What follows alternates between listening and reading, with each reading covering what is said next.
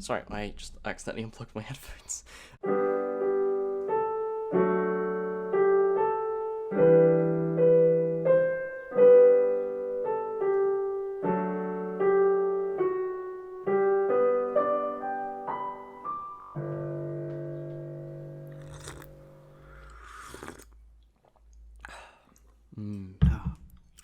Actually Nothing got some mint beats- tea this time.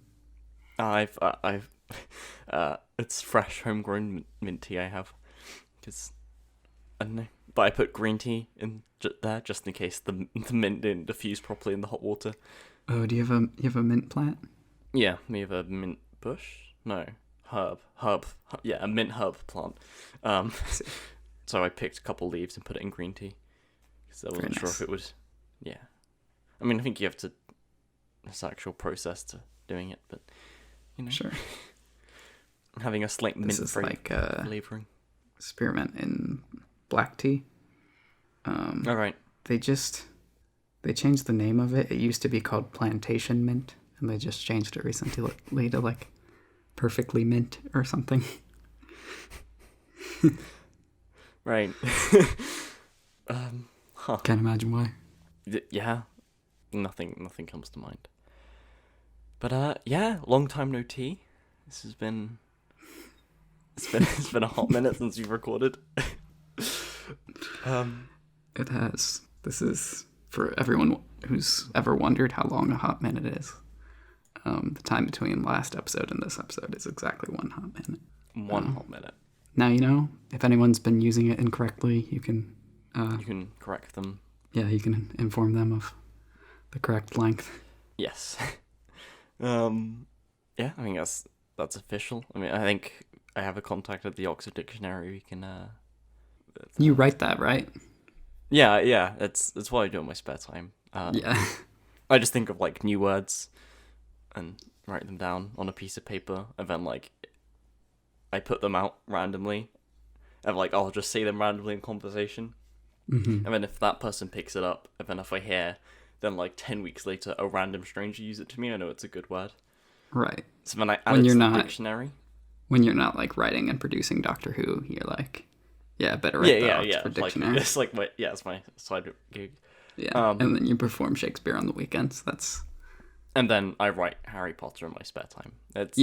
Well, yeah, Harry Potter was like a summer fling. You wrote those overnight. Yeah, I just... It was your NaNoWriMo. My schedule. Yeah. Rimo? Remo. It's June. Yes, it's June. June time we record an episode. And you built these puns up over time, and you're like... Yeah, that's what I've been doing for the past month. It's just writing puns I can use in this episode. Yeah. Just letting them all... Yeah. You don't imagine if we waited like 2 months, you'd just be exploding with puns. Yeah, just the whole episode would just be... It would just be chained together. Yeah, it would I would be doing a performance of puns, so a play on words. Mm-hmm. But it would be no, there's no pun to be made there. Impunvisational, because you wouldn't know what I'm gonna say ahead of time, but you would still make it work somehow. Well, yeah. But, okay, now I've kind of ruined this whole thing because I'm trying to think of puns now after every sentence. Right, yeah, you can't do it. You can't do it when it's you like, try it's to like do it. It's like in The Office where they're just like, I'm trying to think of one now. That is the danger of a punversation, is that... It's like trying to be cool. It's like, it's just the one-upmanship keeps getting... more and more till eventually just like you ruin it for yourselves. But yeah. So June, what is I think the listeners have definitely caught on. If not, we all learn at different speeds. But what is this month's theme? Last month's theme was not Easter. Well, last month's theme was non-existence, but yes, our last episode's theme was Easter, which, yeah, was on Easter Day. Yeah. Yeah. So this month's is. Well, okay, so I actually, surprisingly, was the one to suggest this one, I think. I forget, we put them all on the calendar so long ago. It's Yeah. But that's, you're going against the fundamentals that your country has been founded on. well, okay, I found it. I stumbled across this somehow, I guess, looking at holidays, and I found it interesting that apparently there's a day that is dedicated to the monarch's birthday, regardless of their actual birthday. Yeah, the monarch will always have 2 birthdays. I think they pick. I think they pick the date. I think. I mean, you've probably. I'm gonna go off what I think I know, but maybe I'm correct. But, I think it's because like a king had like a birthday in like winter, and he was like, "Nah, frick that! I'm gonna have a birthday in summer because that's when you can like go outside and you can hunt and you can do all the king things like, I don't know, what do kings do? I guess like eat, fight in wars against the Spanish. Oh, and just a bit of follow up. I am aware, of what Spain is now. I have been educated. That's good. Yeah, it's yeah. I learned a bit of the language as well. It's like bonjour, all that. Yeah, it's been enlightening, and like their brilliant wine, and cheese culture has really inspired me with their capital of Paris. So yeah, you don't need to like tell me what Spain is now. I think I've got it, but I'm not entirely. I mean, we're always learning. But yeah, I think. Yeah. Okay. So I guess someone, was worried about the weather, and they were like, "What if we just celebrate my birthday in the summer?" But it's not even. It's like the second Saturday of. What day is it? It is Saturday the 6th. I mean, yeah, it's the first Saturday of June. Well, no, the episode is the 13th. You've ruined everything. That's what I meant. Yeah, so I guess it's set for the second. How many episodes have I just like completely removed the illusion of the date? It's the second Saturday in June, which is like, that doesn't make sense. That's not how birthdays work. But I guess. What do you mean? My birthday's always been on the 5th Wednesday of August. What if that was how birthdays work? Oh, what? I don't even know what day my birthday would be. It would be I'd have to figure that out. I suppose it would only work if weeks and months were divisible. I mean, there is the financial. That actually kind of relates to something I was going to talk about later. Okay. But it's like how the financial calendar works like that, where it is set up so it divides nicely by 7. So I think it ends on the 28th of December or something. Is that maths? No, hang on. I mean, yeah, it would have to, because then it would be 363 days in a year or something. So then I don't know what you're on about, Wobbles. me neither at times. But there's a calendar system that's designed to work where weeks and years can be nicely divided. But it's not. Sadly, it's not widely used, and it's only used in like some financial things, I think. More on that later. Yes. But yes, it is the Queen's birthday. The Queen's official birthday, I should say. Yes. Not her actual birthday, of course. No, her actual birthday is this year. I don't know when it is. Is it in April? Yeah, I think it's quite weird because her birthday wasn't too far from the actual birthday of. Irrelevant. This is the official one, but This is, yeah. I think before we go any further, I should probably address the elephant in the room, or in this case, the fox, I suppose. Yeah, what is it doing in there? It's kind of. I think it. I don't think I fed the fox. Yeah, they just wanted it. Or the elephant, even. Sorry. Yes. Do we know an elephant? Huh? We're getting sidetracked. Yes, we are. I'll let you continue. So, today, the 13th, when this episode comes out, is, even though this date was set quite a while ago, when we were selecting the holidays for this season, this is actually my 1-year anniversary with Surefire.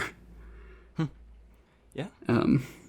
Surefire, who has been mentioned sort of in the background of some of the episodes, but yes, and yes, I feel like I'm almost obliged to mention that because I'm sure they're listening, and also they hate the monarchy and the Beatles and Wobbles, basically anything. Yeah.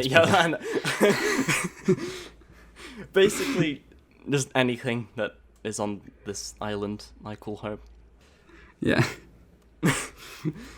Then yeah.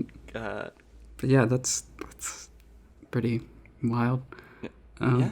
Congratulations. Yeah. We can just move on past that now.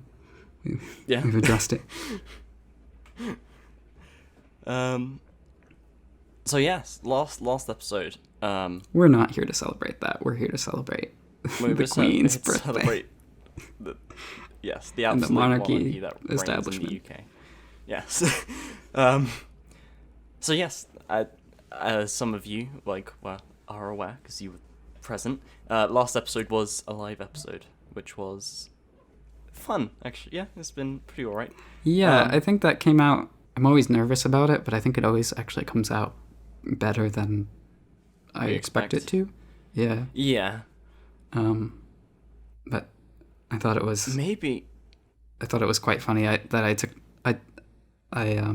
to take a note of this to remember to mention it. Yes. For those who stayed Yes. after the recording was done. I think I left at this point, but from what I hear, the listeners got to hear the sounds of you finger gunning at your computer screen through the microphone. Yep. So that is the kind of exclusive content that you're missing out by not being on the Discord. Yes. So if you're not already on, Link in the description. link in the down below. Yeah, link in bio. But yeah, I think maybe we're just better at this than we like to give ourselves credit for. But I don't know. Maybe. Or we just have really low standards. I'll listen. Like, yeah, that was good. Listen to anything. But yeah, and then we've had a month between now, then and now. So and yeah, it was a while ago now at this point, but the last episode was the Easter episode, and as tradition of starting this episode by just rambling about what we talked about last episode, I have obtained a Cadbury cream egg. I'm sending you a picture now. Oh, it's got a green part on it. That's. How did you get it in past Easter? Who's your guy? Well, we won't go into details, but you thought you escaped the Easter ASMR. Oh, you boy. did not. Yeah. You might want to wear headphones for this bit. That is tougher to bite into than I thought it was going to be. Yes, it's quite tough chocolate, hard chocolate.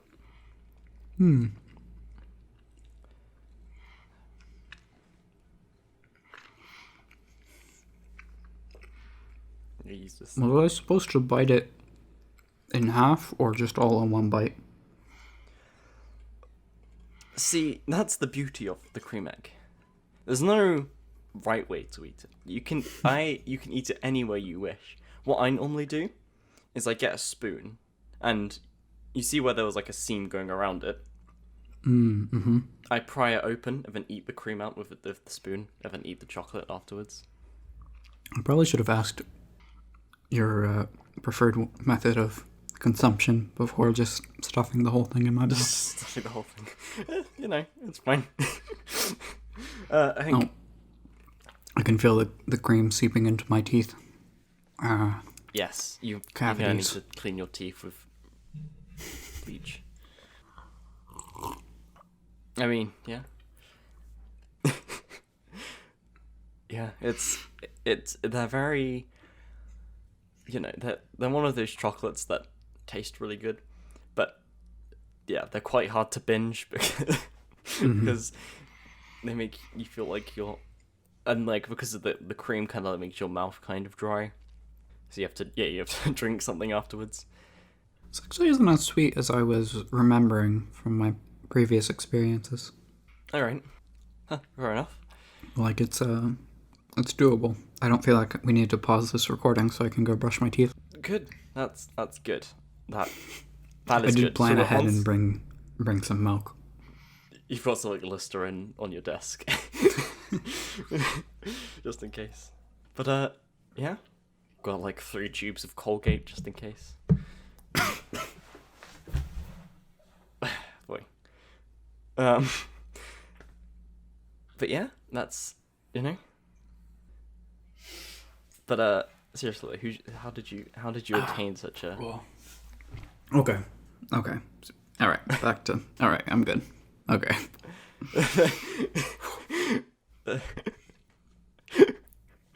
Sorry. The I don't know if it was the cream or the milk, but something went down the wrong. Ooh, yeah, I get you. But I mean, it's not really cream. I think it's just sugar stuff. Right. Like the icing. Yeah, it is. It's like icing. It's just like a like a hollow chocolate egg. There is with icing. Do they? I can't remember the last time I had it, but they do cream egg ice cream lolly things.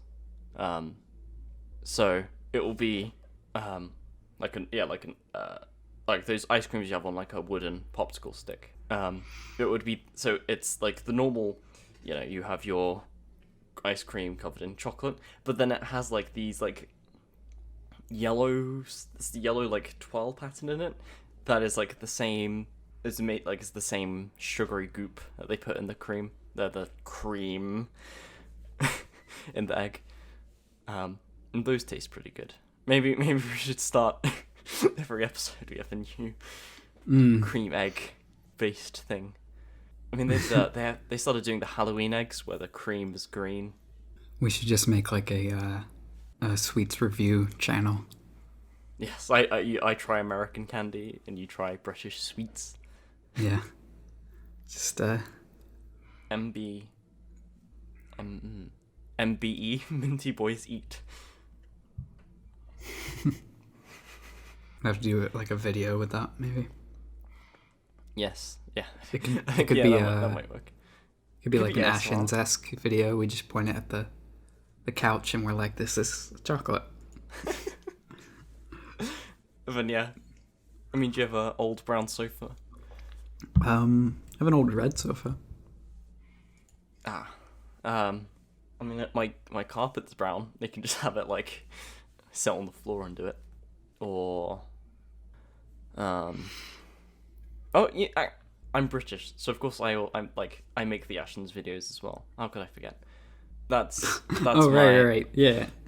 That's my Thursday slot between 2 p.m. and 2:40 p.m. Right. Yeah, It's good fun. Which is then, funnily enough, followed by my Nerd Cubed. Yeah, it's a busy day. But you know, it's this is the real reason we do this podcast monthly. But yeah, that was insightful into. Oh, I hope that was insightful to those not exposed to cream eggs, and how fitting to try a British canned sweet on the Monarch's official birthday. On British Day. British Day, yes. Not the day of our patron Happy Britain. Or happy Britannia. Mm-hmm. God save the Queen. Yeah. So yeah, reading. That was a thing we had in common this year. Yes. Mm-hmm. Also, yeah. Also, the I didn't put it down here on the show notes, but while we're checking in with the resolutions, I was gonna say annual goals, and then I was like, there's a word that we've been using. Yes, there is a word for that. We also talked about like weight as a thing, and Oh yeah, I somewhere between last episode and this episode, within that hot minute, I have gained enough weight to where I'm no longer underweight. I am of the correct weight based on the BMI stuff, which is debatably nonsense anyways. But, you know, that's... Yeah, weight does also depend on a few other factors. But we're not health experts. We just talk on the internet about believe it or not. We made it 21 episodes into this. Like writing down everything we not say a as nutrition scripture. podcast. Yes. You did, yes. We're not advising the consumption of mint tea or cream eggs. It just so happens we have those on the podcast. I think the main thing was that I have been trying to actually track when I eat meals and try and actually eat 3 meals a day. Right. Because I don't really know what I used to do, but my impression is that I would probably forget to eat a lot more than I was realizing, and then like just maybe eat 1 meal when I realize that I haven't eaten all day, you know? Yes. And that's probably I'm sure that contributed to being a bit underweight. Yeah. Yeah, I also said I wanted to not be underweight. I'm not entirely sure where that has actually gone. I Guessing think you haven't been going to the gym. Well, I don't think I'm even old enough to go to the gym yet. I think actually maybe because I'm 16 in a couple months, so possibly. But yeah, my main focus was gonna be on working on physical fitness and stuff. Yeah. Unforeseen events have unfolded that have meant I haven't been able to. I mean, I've mentioned how I've been going on lots of walks, and I think that is actually the most exercise I've done consistently for a while. Mm-hmm. For a while, yeah.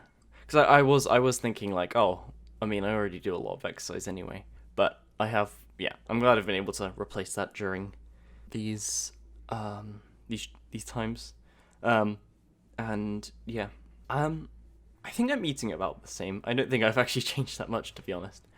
Yeah. I don't know. I think maybe in general I just feel better about myself than I did, but that's good. So that might, yeah. I think that's probably the only thing I really said that's changed. Do you feel like your meals at home are better than the meals you have at school, or is there a difference there? Well, the thing is that at school, we don't really have a meal thing. So I would have a packed lunch, which I suppose, yes, wasn't really that much, because it was like a sandwich and an apple, basically. I mean, it filled me up and like kept me going. But I'd rather. But now I've had more time to like eat actual breakfast food, and then that makes me full until like maybe slightly later in the afternoon. But that means I'm full until dinner, and then that means I'm full until whenever I get hungry again. Yeah, I don't know if I would be better or worse with a packed lunch, because I feel like at least then I would feel obligated to eat at a certain time. Whereas I think if it was like as a kid, if it was like a weekend or something, a lot of times I'd probably just like forget. Yes, I have done that a lot when I've been left to look after the house for the day. It's like, oh, it's 4. Oh, it's 4. Oh yeah. Welp. And then I'll have like a piece of bread. But what about the other goals? Like the reading. Yes, other goals. We talked about reading, which how's reading going, Scar?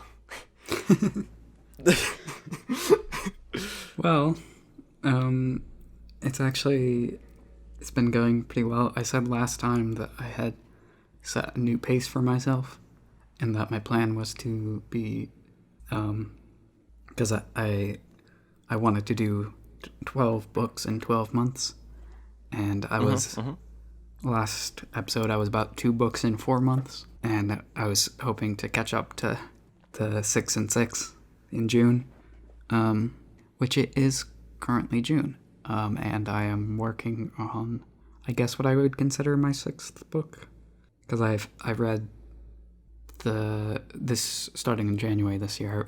I read The Two Towers, which I'm counting as 2 books, right, and then Return of the King, which I'm counting as 2 books.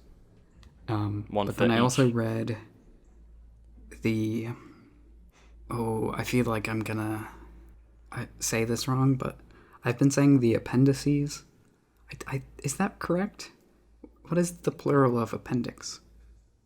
Oh, appendices sounds right. Appendicitis? No, appendicitis is something different. I've been reading my appendicitis. I've been bad signs. Yeah. Yeah, appendices sounds right. Okay. Maybe, yeah, I don't know. I just got in my own head maybe about if we have not etymologist. That's the study of the like how words are made. I think there's like entomologist, which is insects. No, the study of words. If you study insects, tell us how wrong we are about these words. Thank you. Yes, if you study ants, spitter. Wait, spiders aren't insects, they're right. Okay, You absolute fool. I've played myself. I'm a buffoon. You're a buffon. But, a buffon. An absolute dingleoid. The Animal Crossing is bleeding back in. Wow, we got off. What was I saying? Oh, the appendices. Yeah. Yes, the appendices. They're quite long, and there's a few of them, and they're pretty technical. Some of them, and collectively, it's about the length of one of the books, I think. So, I'm counting that as a 5th book. Okay. For the year, which means I am up to book 6. It's unclear if, because I've been asked to take a detour in my reading of the larger books for the year that I'm trying to accomplish, to read through the series of unfortunate events, which was mentioned previously, because I think I talked about the Netflix series coming out, and how I planned to read them before watching. Well, I watched season 1, and then I watched it with my family, and I was like, okay, before season 2 comes out, I'm going to go read the books. That way I can have the experience of reading them before watching season 2. Right. Yes. Didn't do that. So we haven't watched season 2 together because everyone's just been waiting. Yes. So yeah. I've watched. Ooh, you know what I've just realized? what? I haven't watched the last episode yet. Of the whole series? Of season 2. The whole series. I was watching it with my family, and then we got to the last episode, but I think something came up, and then we've just never gone back to it. So Well, no spoilers. maybe I should read the books before I we kind of have vague spoilers from when my brother was reading them as a kid and telling me about them, but that's besides the point. I guess I should read all the books before I watch the last episode. Maybe that'll be excellent plan. That'll get you back I could on just your read the last book, but nah. on your reading game. Yeah, so I think I'm gonna do that. If you wanted to, I wouldn't be opposed to another edition of Mubabuka. Yeah. But it's really just up to, I guess, what we feel like doing. Yes. That really is a show with no schedule. Yes. Or a segment with no schedule. Do any of our segments have schedules? Maybe not. No. I mean, it's sometimes hard to tell which segment we're actually on. Yeah, especially this one. I feel like I'm a little hyper today. I keep jumping or wanting to jump ahead in the show notes. It was probably that. So this has been episode egg. 21. Too much sugar. Yeah, probably. Should we get our sips for the opening? Oh yeah. I mean, everyone was finished with tea actually. I'm about halfway through the episode and we're just like we say like our goodbyes and then go on to the next segment. I wonder if we could do that. Record an episode completely out of order, and then rearrange it in the edit. I mean, no one would know, and it would just be work on our part. Yeah, it would just be like people would detect awkwardness in our voices, but not know why. Or actually, you know what? I guess if we make a joke in one part and then we refer back to it in another part, it won't make any sense. So, like, say in like the middle section, I say something, and then if we record the beginning section and I mention it again, and then we have it as like the joke of the episode, everyone will be confused because the joke of the episode won't make sense until the middle of the episode. Right. But yeah. Like when I said, it was probably that egg, people would be like, egg, and then egg? What? Later on, and then they would finish the episode, and then they'd be like, whoa. Yeah, it would be after. Like... Yeah, after the ending theme. It's just like, so I got this egg. We could do like a multiple ending MBP. We should have a segment every episode that is an out of sequence part of conversation that we had at the beginning of the season, and then randomize it and put the segment into each episode. So you have to get all of them and try and rearrange them to get like a. That would really be in media res, just dropped in the middle of it, and you have to figure it out. Yeah, and then the order in which the conversation goes in. If you take the episode numbers from those episodes in that order, it's the key to a encrypted message that we've hidden in the show notes of the last episode, which then leads you to a site where you have to type in the password by decrypting it. And then it'll give you the timestamp of several different clips of just single letters. And then once you've run that through, it will give you coordinates to a specific location we've picked out. And when you get to that location, there's going to be a small box. You open the box. It explodes. Yes. But then the explosion shoots confetti in the air, and the number of confetti bits is also another secret code. And what that secret code is too is what you, the listener, needs to find out. Reading? Yes, that is what we're talking about. I think so.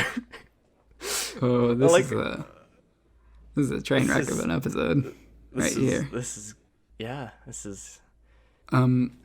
So as you were talking about earlier, with you said some sort of financial calendar.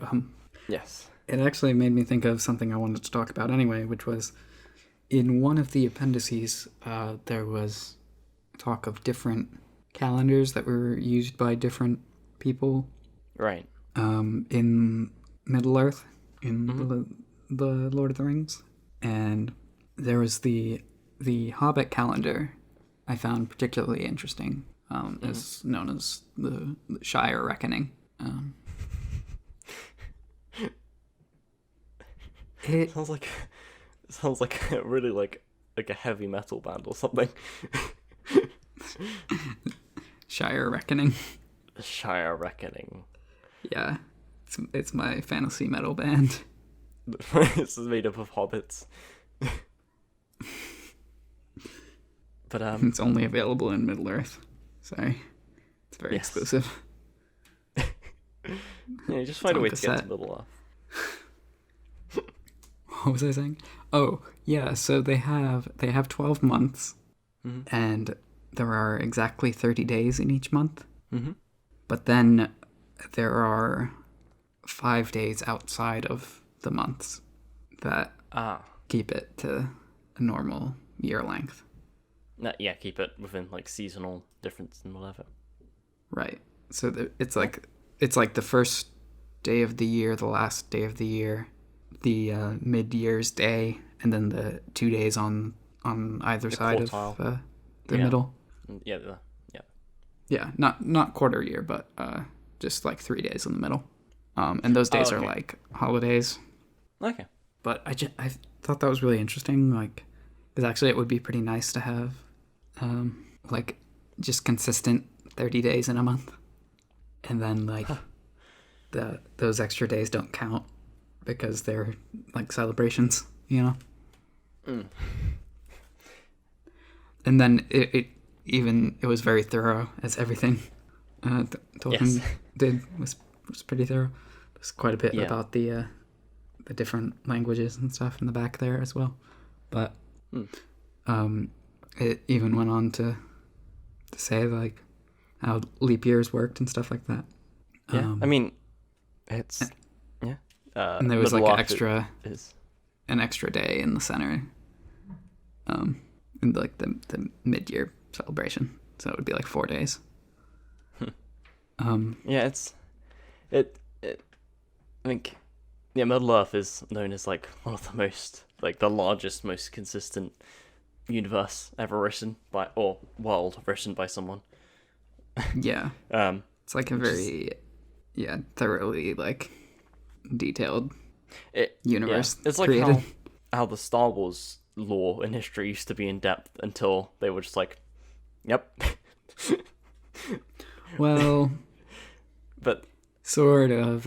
I think the key difference there is that the Lord of the Rings lore is all with like a central like vision, whereas essentially it's one person, and then like his son Christopher like finished up a lot of his notes and things and fleshed some stuff out. Whereas the Star Wars extended universe was a culmination of different books, comics. Yeah, it was basically cartoons. Any author that wanted to write Star Wars books could be like, hey, George Lucas, can I write some Star Wars books and give you some of the money? And then he was like, yeah, cool. And so, like, I think I haven't really read them because I don't really know how to read, but my impression is that some of those extended universe books don't play nice with each other. Yes, I assume there might be some contradiction there.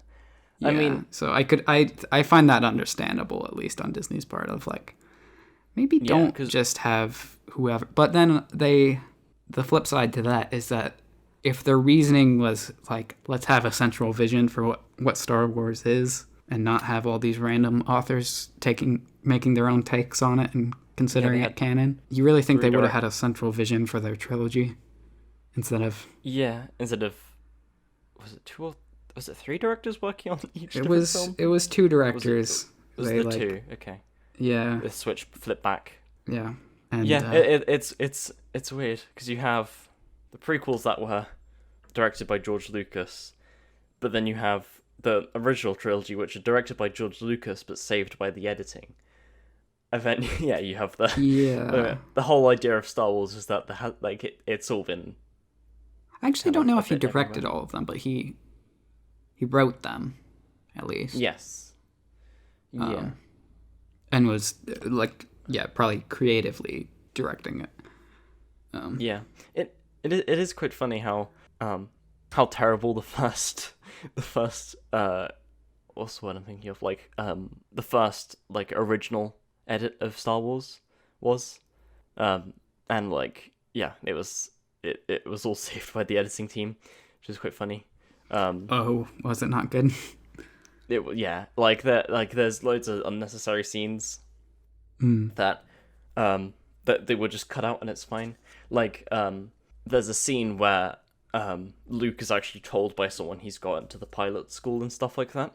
But, I was like, well, actually, I just realized I never knew that. And that scene where he's sad that he has to stay with his uncle and auntie for another year.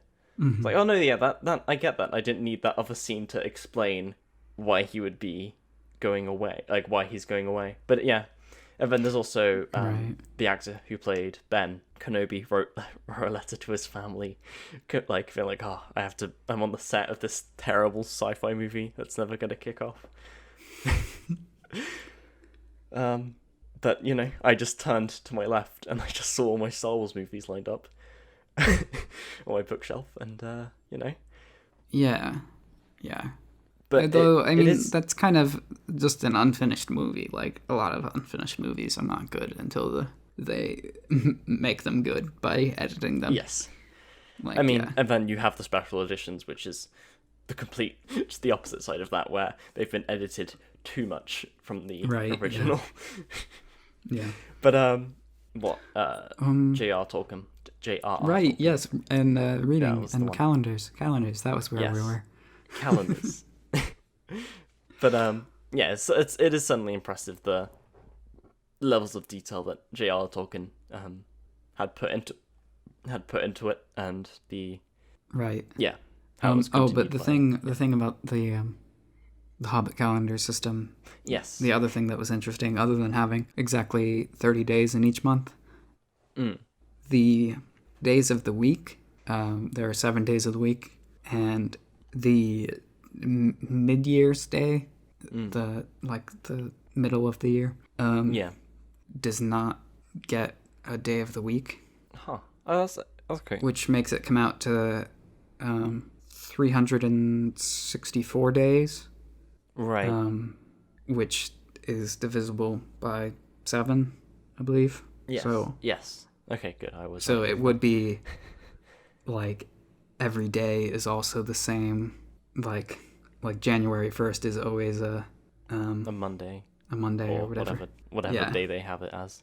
It was they had different names for days and things. Yeah, but that makes sense. But yeah, basically, if we were to take that system and apply it to our calendar, it could be a lot cleaner. Yes, but probably not gonna happen. So no, I think changing it's the way in which changing the US to the metric system is hard enough. Changing the entire way the world measures time is because probably not going to happen. It's like with geodecimal stuff. It's it would be very nice if we counted in base 12. Just that we would have to change literally everything if we did. And it's hard to change at this point, even though it is weird because actually base 10 isn't universal between all places. It's just Yeah. like some places use base 16 in their language or base. Yeah, it like. But I think it is Or- pretty widespread among like more modern Yeah, I think like the big modern superpower countries. yeah. Like, yeah, US. But yeah, I have read that Yeah, like at stuff like least that. historically, like different groups of people use different either like base 12 or base 6 or whatever. Yeah, there's a Computer Fire video where Tom Scott talks about it. It's pretty interesting. Or include that in the show notes. Yeah, If anyone hasn't seen include that. So, this is that thing that we do at the beginning of the episode. yes, Right. 53 minutes and 57 seconds in. Well, No, we'll see how much of that makes it through. through. You're breaking the illusion again, Wobbles. We talked about this. Yes, the quiz. The thing we always do. We've always done a quiz that we have Every spent episode. a month. Every sure episode, have. no exception. None. Last month even we had a quiz. It wasn't even an episode. We just sat on Discord and quizzed each other before leaving. Mm-hmm. But It was weird. It felt a lot like homework or possibly a final exam, but I don't know. You just sent me the link and I was like, I guess I gotta do this. but way lower stakes. So yes, I have prepared, the classic 10 questions for Scar. I might have been a bit mean, but at least I know all of this random trivia about the royal family. Well, this is about, I suppose. Okay, one. Oh yeah, no. These are all to do with. This is all to do with stuff. Okay. So, I've watched The Crown. I feel like I'm prepared for this. okay. Question 1. How many kings of the United Kingdom have been called Henry? Oh.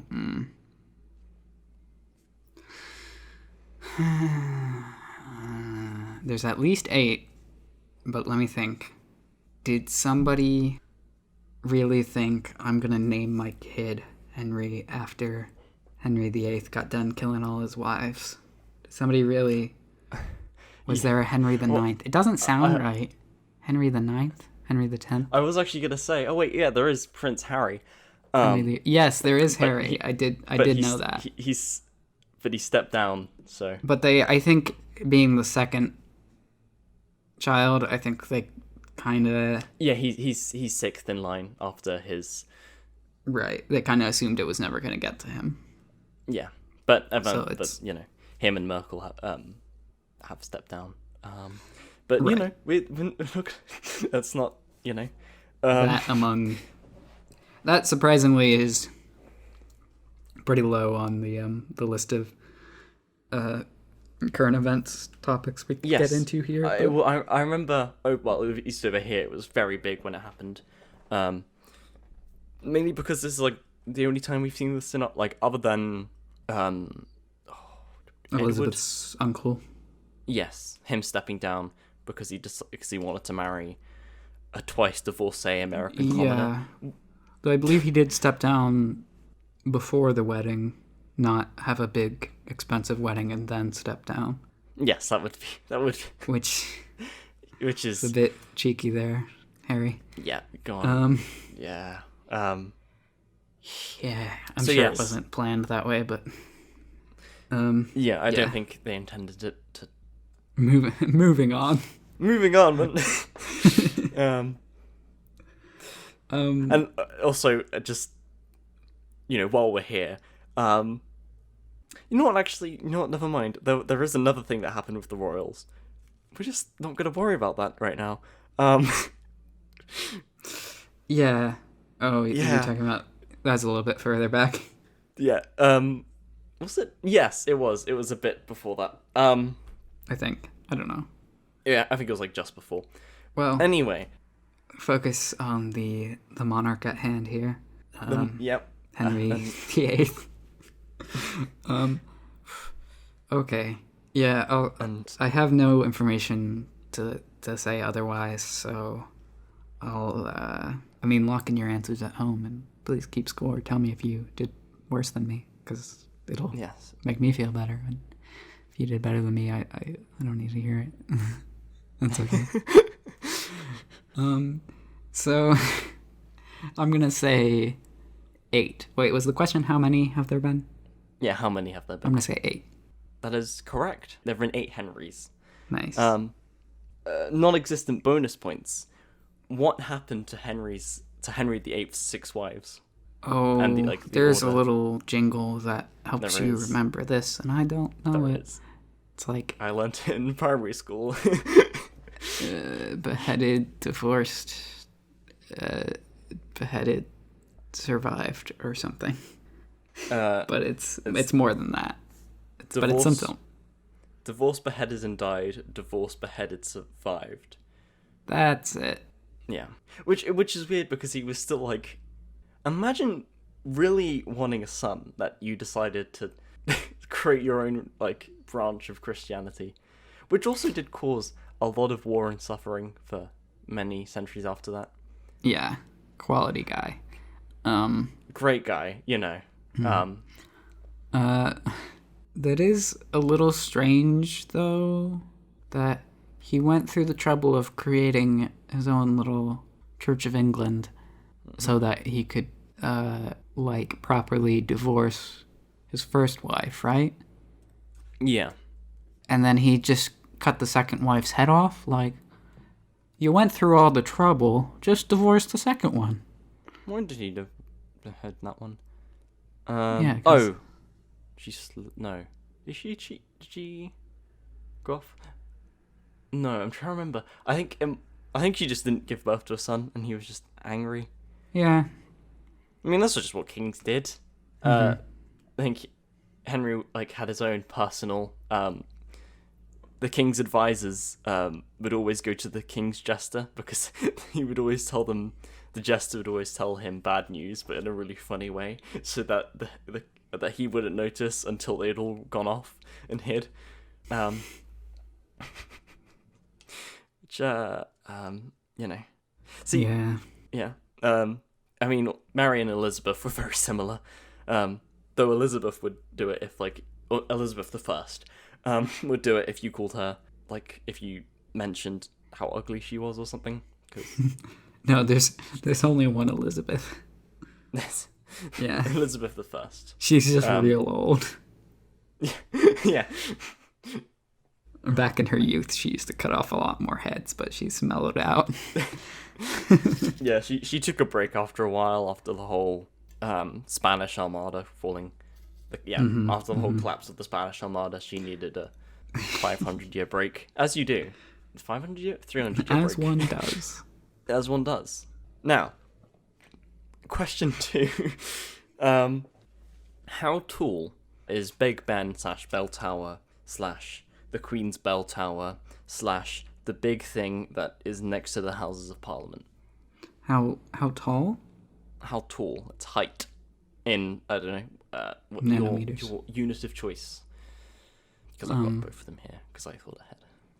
What? Big brain. I have both the units depending on which one you used. Or whichever, so I don't have to. I said nanometers, but I guess you didn't hear me. That is The traditional I'm just gonna try to do it in Planck unit of measuring Big Ben. It's 1 Big Ben high. No, I haven't done it in. Okay. How many wobbles is it? I'm trying to think of Oh my gosh, how my vague idea of you in my head, which is founded on mostly nothing. And then I stacked that you would make sense. on top. I mean, wait, hang on. I'm just gonna realize. Okay, I'm not gonna. You don't know my exact height, so I can just. I can say it in. You know, you wouldn't. Well, hopefully, you can't do maths that quickly. I'm terrible at knowing how tall buildings are. Like, I don't know what would be a lot. Like 1,000 feet, is that a lot for a tower? Is that too much? I mean, that's That's more of a skyscraper. This is like a clock tower. A clock tower would be quite useless if you had to bend your neck all the way up to see the time. So like 100 feet. Is that? I'm gonna say 112 feet. Final answer? Sure. It's 316 feet or 96 meters. What you said would be about 34-ish, slightly more. And it's 54 around, because how many decimal places is that? Like 60? Oh, that's a lot of decimal places. I think it's around 100 decimal places. It's around 54 wobbles high. So, I would not have guessed that many wobbles. how many would you had said? I don't know. I hadn't worked it out in my head. I was visualizing how many people you can stack head to toe before you would get on the roof of like a building. Mm-hmm. So, okay, this next one, it's a very particular question. But it's number 3. What is the worth of the British royal family? Now, this isn't how much money they make or how much is in their bank account.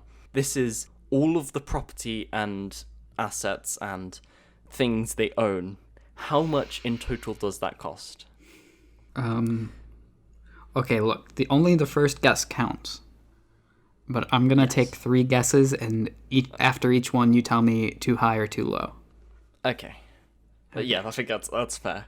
It was actually a lot higher than I thought it was, but yes. All right.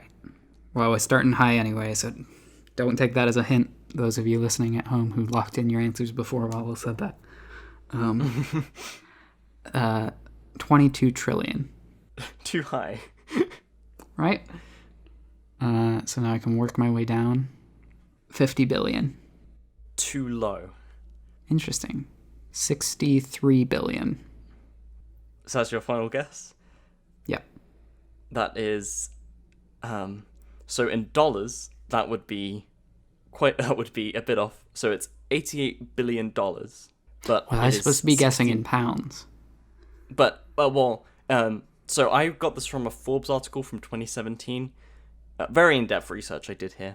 But, but you would have if it's been... got to do with money, it's probably from Forbes, but their website is horrendous. Yeah. But I decided to convert it, and it is around 69 billion pounds. So, I mean, if we were in a fair, nice quiz, I would impart you half a point for getting close-ish. On my third guess. On your third guess. I mean, 2.2 trillion.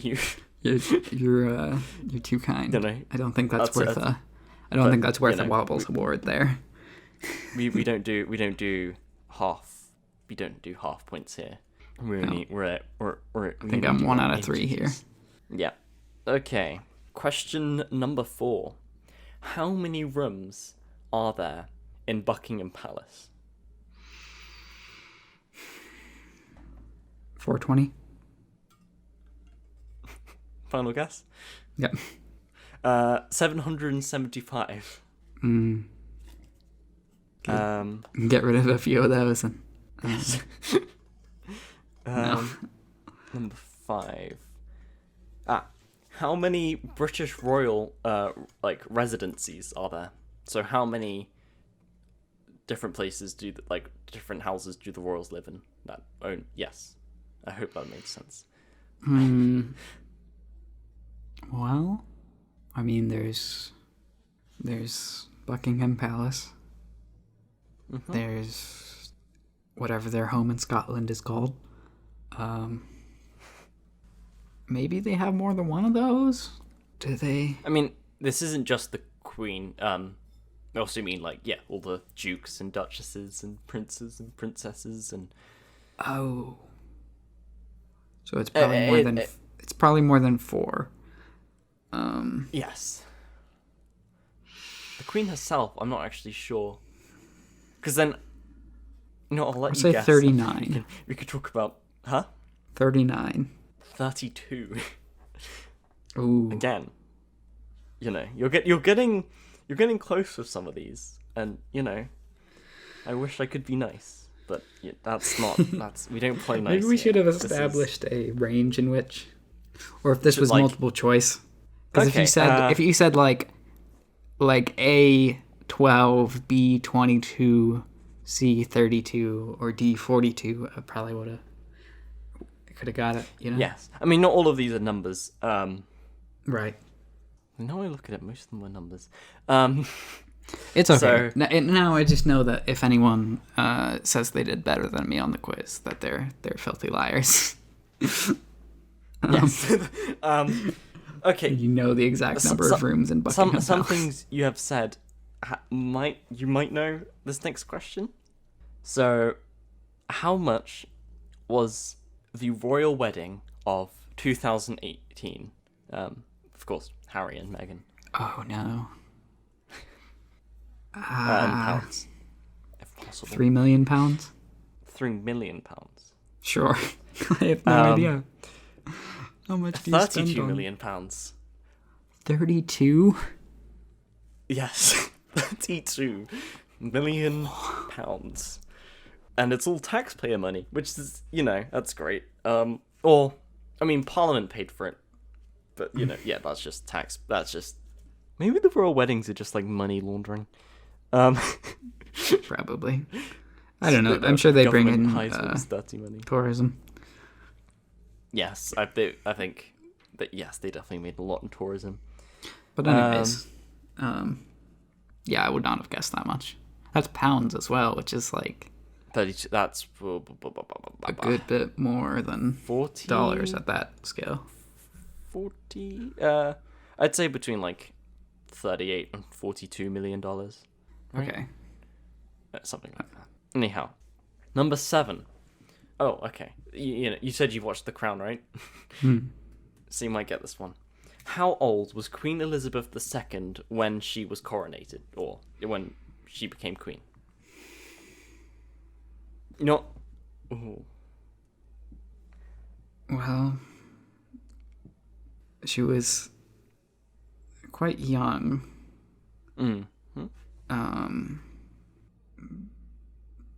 And she just recently became the longest reigning after passing Queen Victoria's record. Yes. I was about to say what it was, and then I realized. That would be helpful. If you do some maths. Because she's currently 93. 93, that's the one.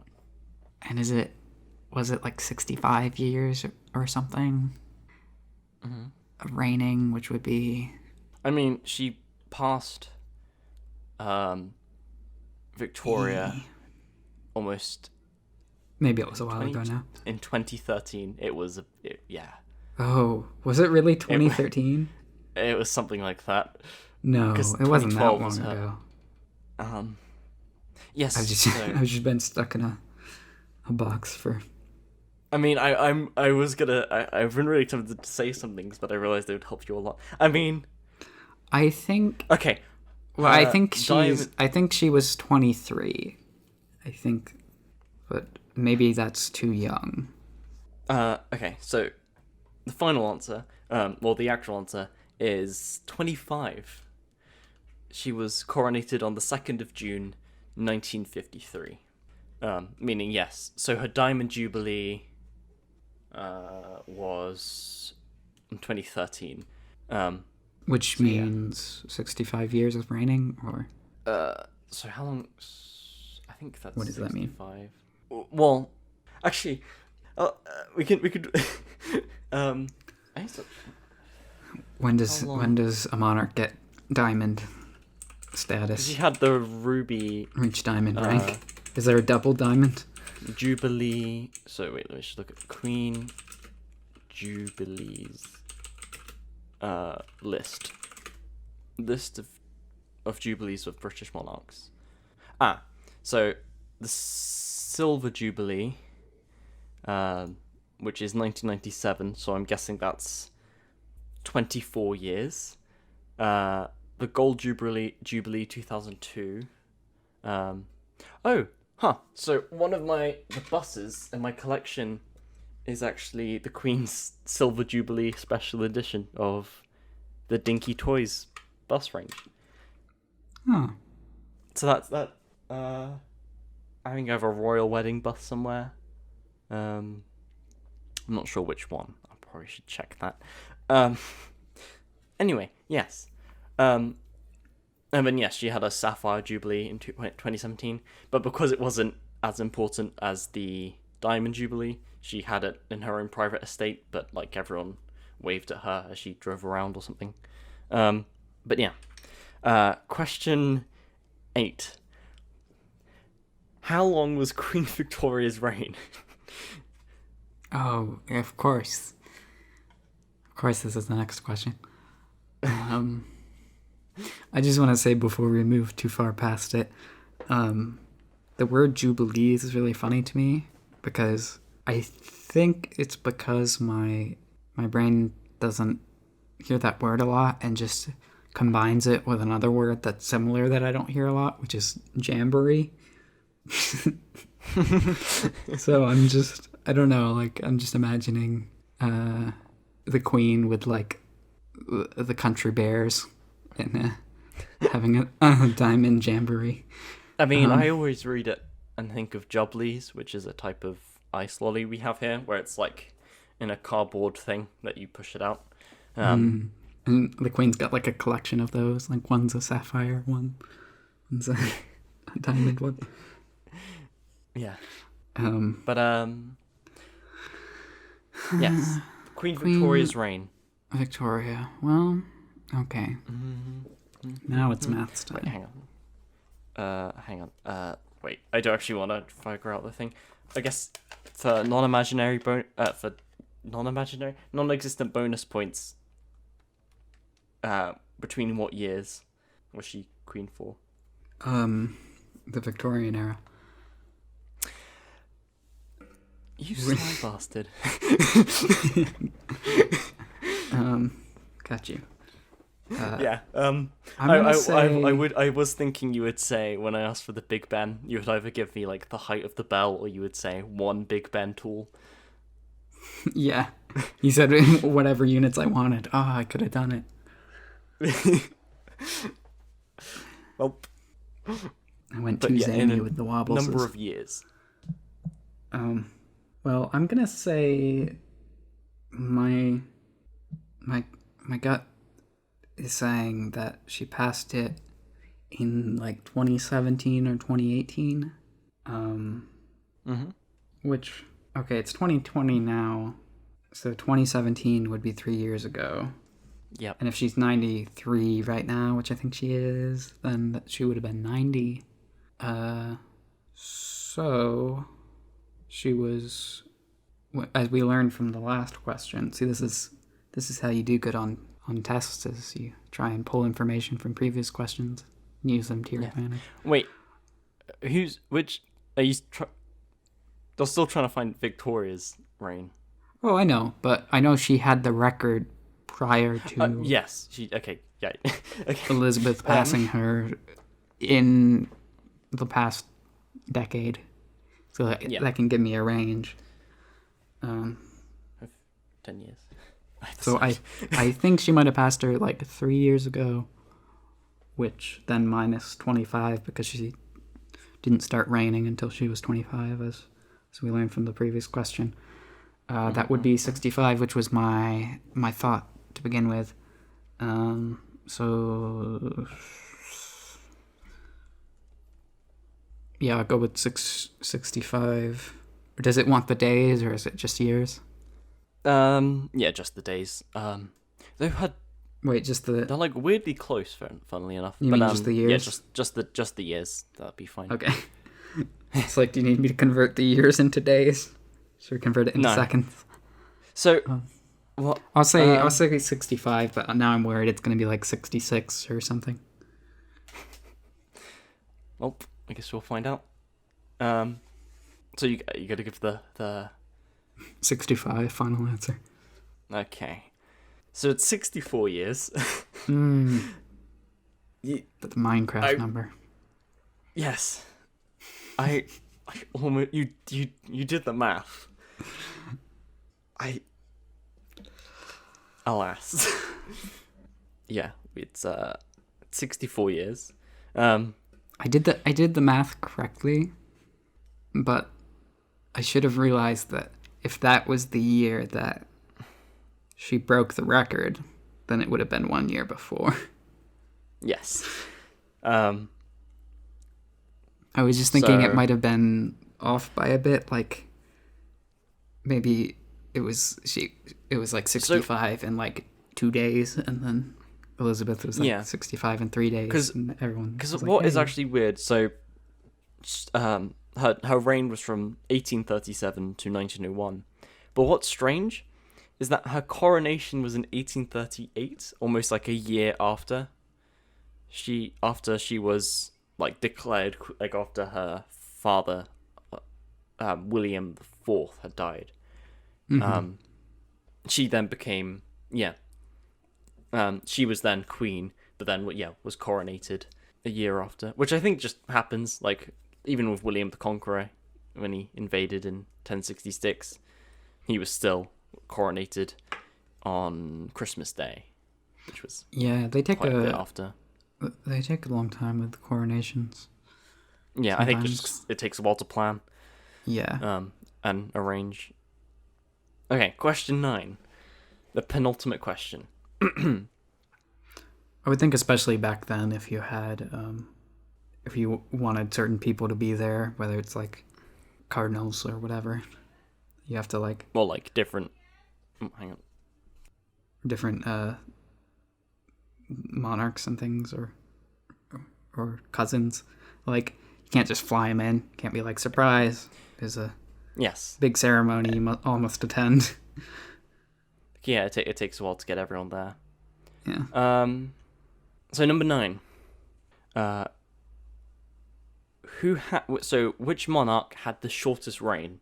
And I guess bonus points if you can give the date or give the time period. Oh no. I know there's a famous painting relating to this. I think that's all I'll say. Or a semi-famous. Yeah, that's a pretty famous painting. There's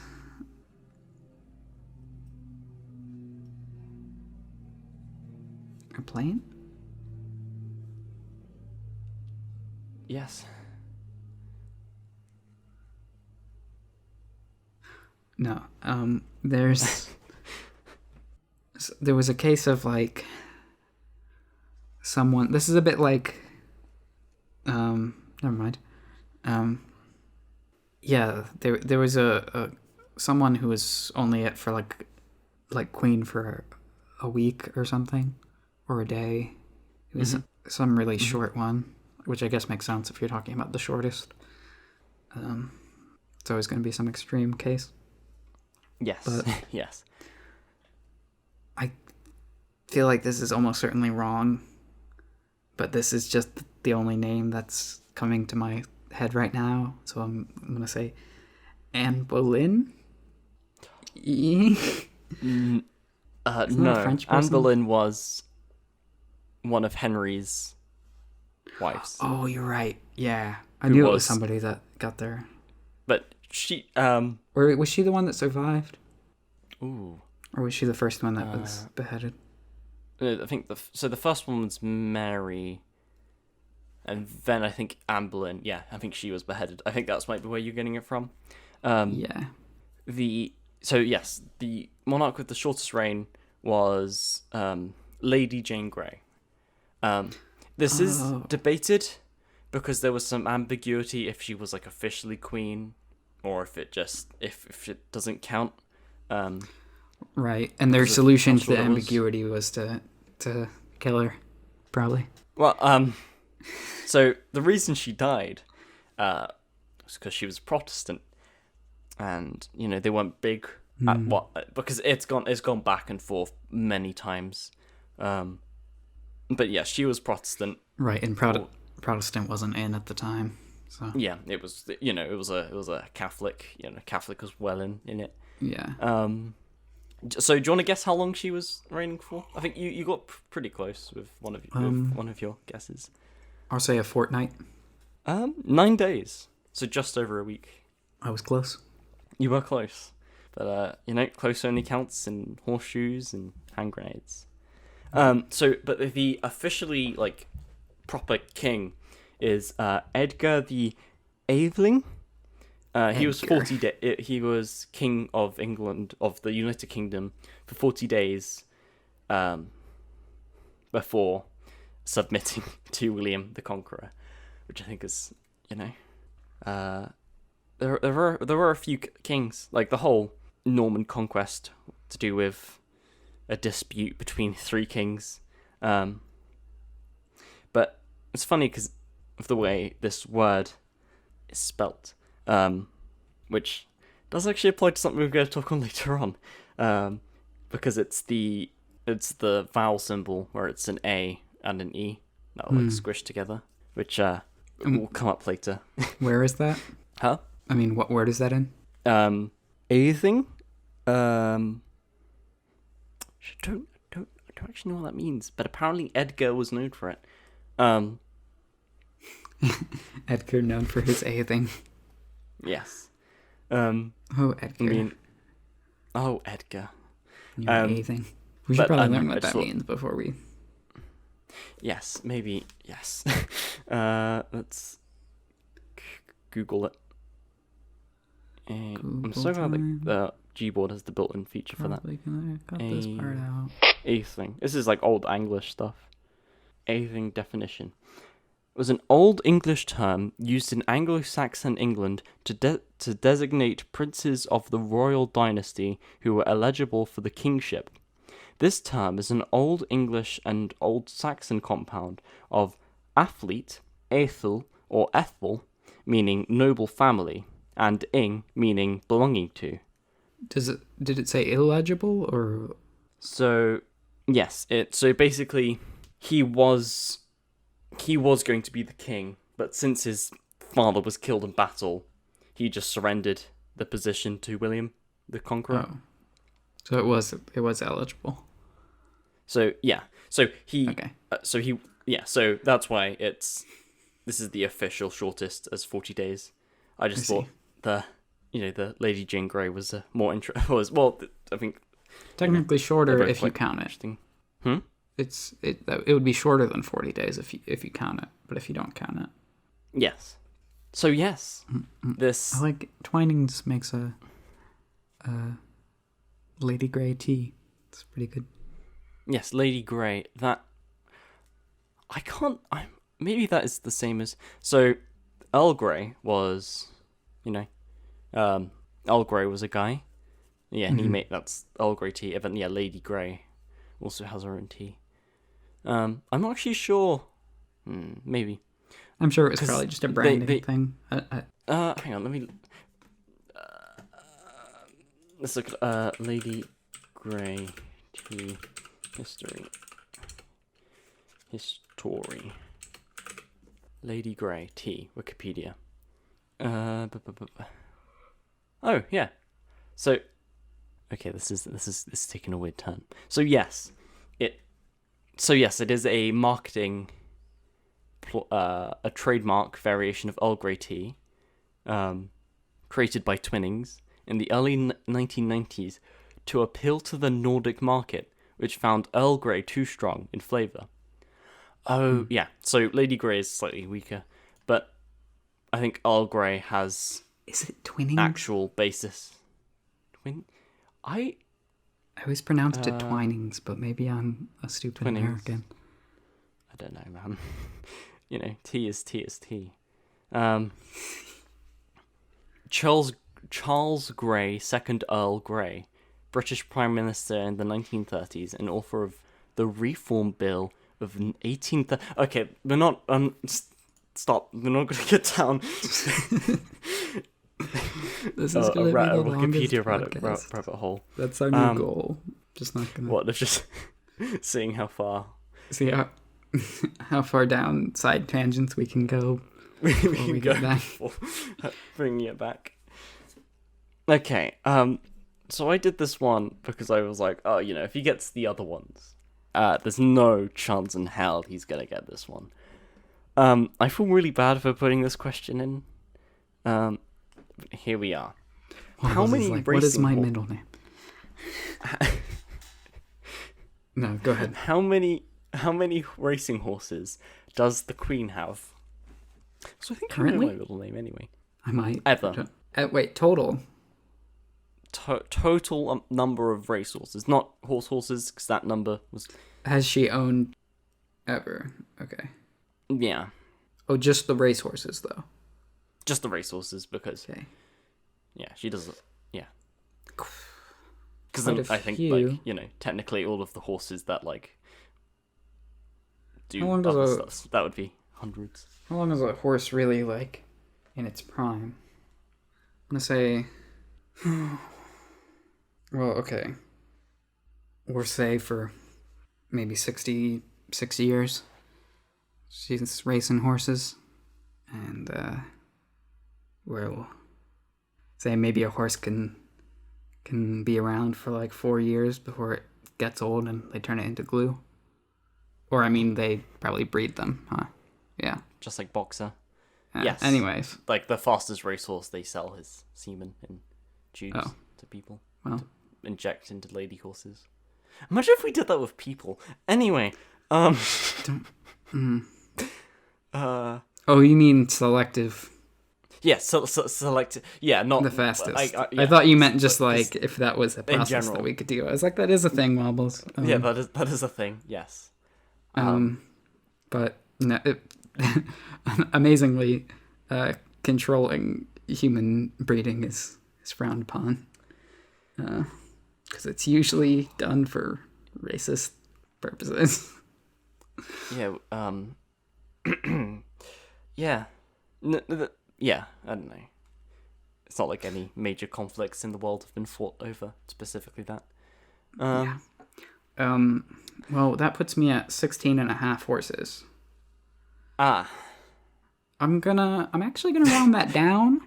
I'm gonna say that seems too low though. Maybe some of them. You know what? 23 felt like a good number, and it was wrong but close on the age. I'm gonna say 23 racehorses. Okay, so I want so get that number. Okay, Yeah. add 1. Got it. And then divide it by 2, and you've got the answer. 12. Yeah, 12 racehorses in total. Though one of them won Stuck with my math. 1,500 races, and I mean, yeah, I guess racehorses aren't horse races aren't that long really, but I don't know. I was surprised at 1,000, any plus of any yeah. How many years does the average racehorse continue to race? Know. I feel like maybe I was underestimating their Average racehorse career length. Because they have to stop at some point. Right. I was guessing that since the horses don't really have much say in the matter, it would be Early exercising career. like human athletes, but even more extreme. Because it's What's the average career? they're probably really only good when they're in their prime. If they're trying to win. Answers. I don't know how long their prime would last. And the horse is not going to be like, nah, I want to keep doing it. Let's go. Way past the time they should have retired. Sometimes athletes will do that where they're like, yeah, but I like the sport and the sponsorship money. Yeah. Mm-hmm. I'm just going to look up the average age of a racehorse because it doesn't take that long to bring them up, and they die soon after they stop racing. Quora, that's normally slightly more. Oh, I hate the layout of this website. What is the average lifespan of a racehorse?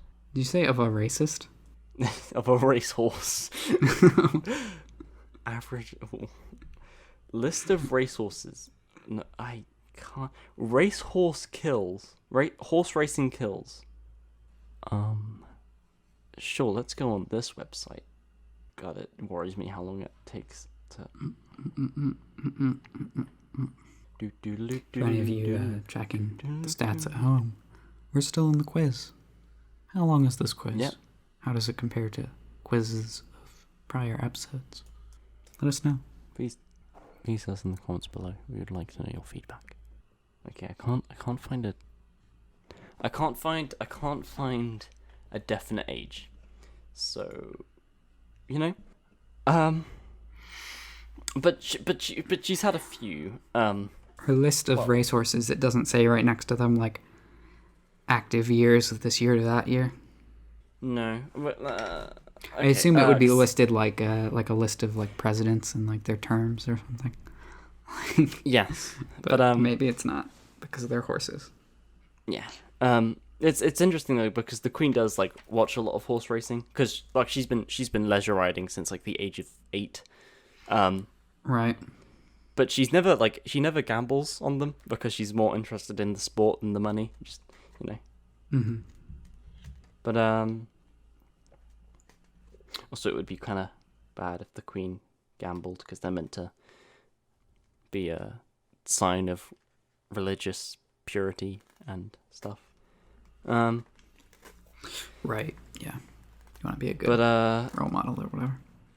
Yeah, that's why they can't get divorced either. So it's weird, but yeah, the final tally of the quiz. Was that the last question? That was the last question. That was question number 10. Number horse. Number horse.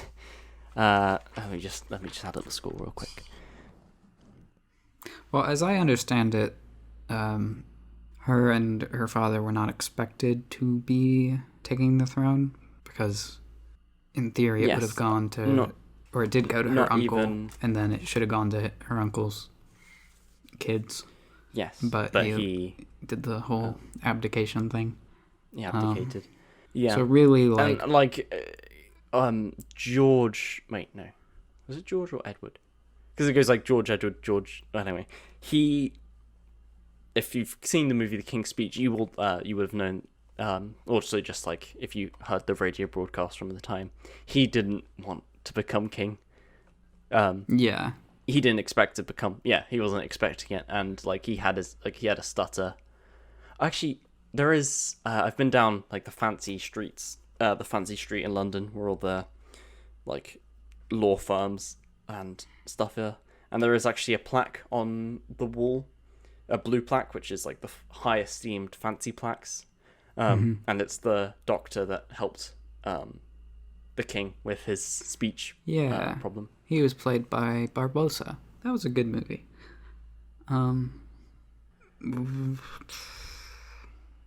But yeah, so I think the idea was that like their whole family probably would have just been like horse breeders that had fancy racehorses and were super rich but didn't have very much responsibilities.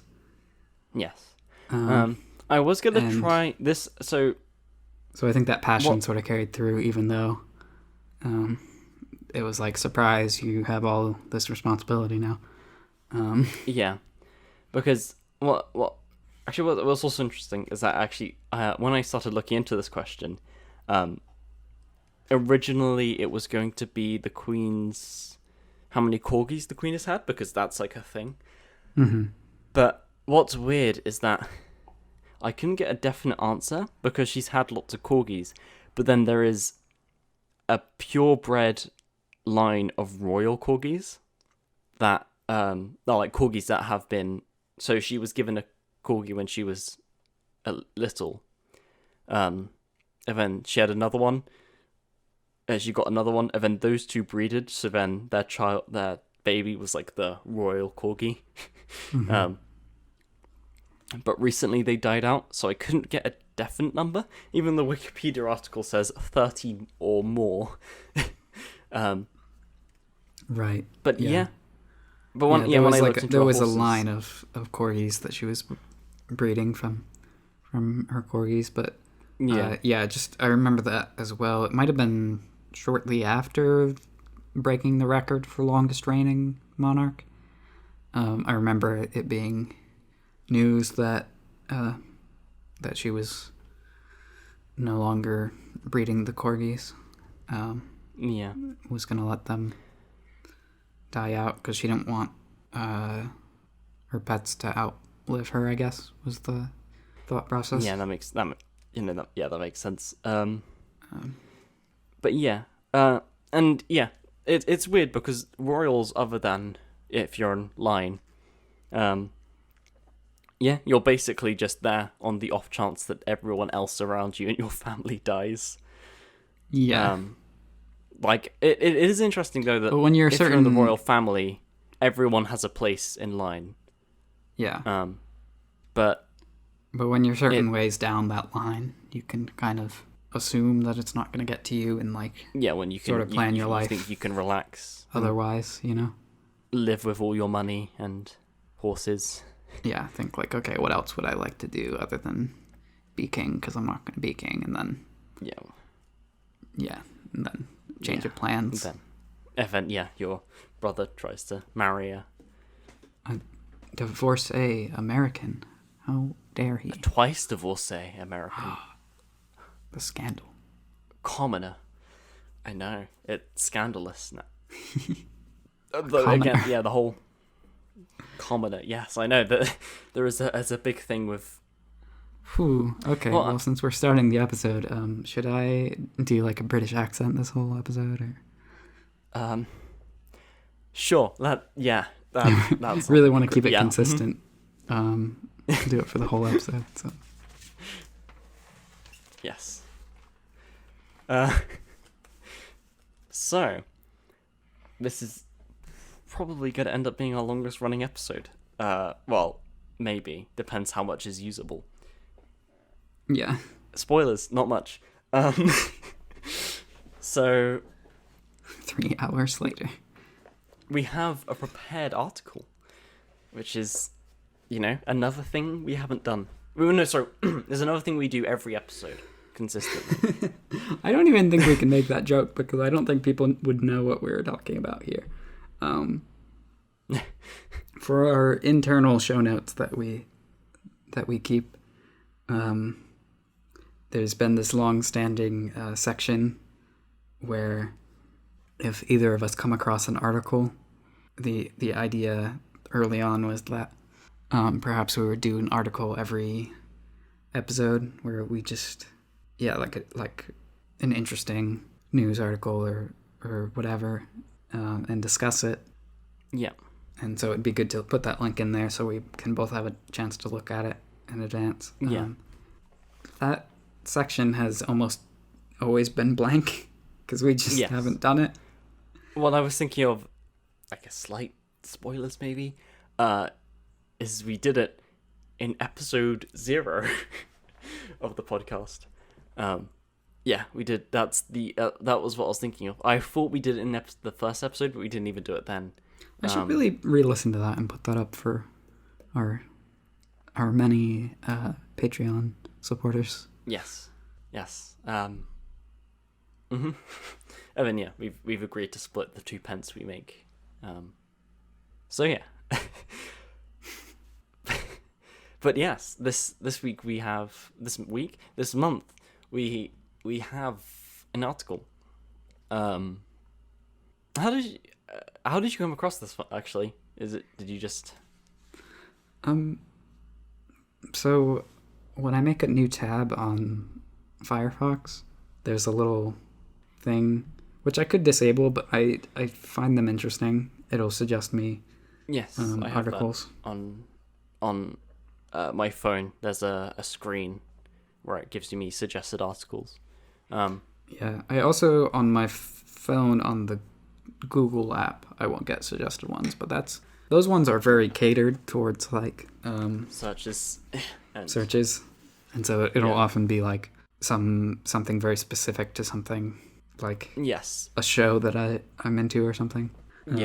But the Although, I mean, Firefox ones are it is quite interesting nice. because I don't think they use any like tracking data or anything. They just try and pick interesting things that just Yes. for like a broader audience. But this one caught Which I my eye. think- Yeah. Just I think about probably. I mean, the suggested articles mean on average they get more clicks, but just a Yeah. random article that they deem as interesting would actually be quite cool. Right. Yeah, it's a trade-off. It's like you're not being fed things that it knows you're into, but Right. But it's nice that you can come across some stuff that right, there's a chance you might find something. you wouldn't otherwise. Because it's weird to only be showed articles based on what you've searched, because if you're searching that thing, then you probably came across that information already, or you're going to otherwise come across that information, you know? Yes. Like, so this is a way that I will sometimes intake information that would otherwise be outside of like my bubble. Right. But yeah, so I came across this article. There have been a few articles that the Pocket thing. There should be a link in the description, the show notes. Yeah. But yeah, there have been a few articles that have been interesting, but this one stuck out to me, especially with the quarantine stuff going on. It felt relevant. Yeah. Yeah. What were your Yeah. thoughts? I don't know. I guess, I don't know. It feels like it's such a specific thing because, like, it's quite unique because I don't think you. I mean, you probably could, but I think because of like the two times like this happened between, sometime in the 1930s and then they were discovered in the 1970s. I don't think someone would be able to do that now. I mean, in saying that, we don't know where all of the hidden people are, because there's either no hidden people, or they're very good at it. Right. Yeah, if we know where they are, they're not hidden. And Yeah, then if we don't know where they are, then we don't know that they're... I mean, I think a scary amount of people go missing a year, but then, like, there's even an even bigger number of people we don't know who go missing. Yeah. I try not to think about that. But I think there's also this like terrifying map of the US where you look and you see all of the hotspots for where people go missing, and then you look up to where all of the all of the caves that have been mapped in the US, and there's this really scaring correlation. Yeah, and it's like I've seen that. The overlap of those maps is ridiculous. Yeah, and then there's also like the caves we don't know about and the missing peoples we don't know about. But right. I thought it was quite interesting. Just also the fact that they were away from like society for like 40 plus years. Mm-hmm. Like that's basically they missed like World War II. Yeah, just completely Vietnam missed War, it. The worst, like the Cuban Missile Crisis. A lot of that stuff they missed. A lot of technological development as well, but yes, it's kind of dark and sad reading about this because they didn't have. I mean, if like, your good solution to a problem is, I mean, but I guess it also probably gives like a insight to how, I guess, bad it got in Soviet Russia, that, running into the wilderness to try survive and eventually having to make clothes made of bark is better than being persecuted and killed. It's just interesting how people... And like some of your family starving to death. Like... Yeah, it's just weird how people value their own existence in a sense, that they'd rather like die by their own mistake than by the hands of an oppressor, which I don't know. I mean, I guess we don't know for sure like what would have happened if they stayed. They might have died a lot sooner. Yeah, and if they died, there wouldn't be like any other story. Like it would just be a statistic in all of the other all the other people who were persecuted and killed in Exactly. Soviet Russia in the 1930s. Yeah. It's probably not the most hospitable land to. No, yeah, the Siberian wilderness. Yes, it's not known. But for I guess its... that's why they weren't found until much later. Yes. If they picked some really nice land to go hide out on, I'm sure people would have known they were there. They would have gone to it deliberately. Though I guess it is quite interesting how the geologists that were surveying the area for iron ore and stuff, how they actually did see this like a clearly man-made structure. Yeah. That must have been strange. They say a garden. Like, I can't imagine it was like a nice rose garden with nice kept bushes, but I assume they mean like it was an clearly area a of land man-made garden that was clearly like designated as like probably with some like makeshift fencing, and maybe like there wasn't as much snow or something. But yeah, and how most of the family had tried to adapt to modern technology was interesting, and like how they were like encapsulated by like how many of them would just stay inside because it was too much to deal with. Apparently the father said that the one thing that he missed from society was having salt. Yes, I remember. Yeah, like the thing he missed the most or whatever. Excited they were about putting salt on their food. Just not. And they got something we necessarily think about, but yes, when you're in a situation like that where you don't have the nutrients that you need, I think that's probably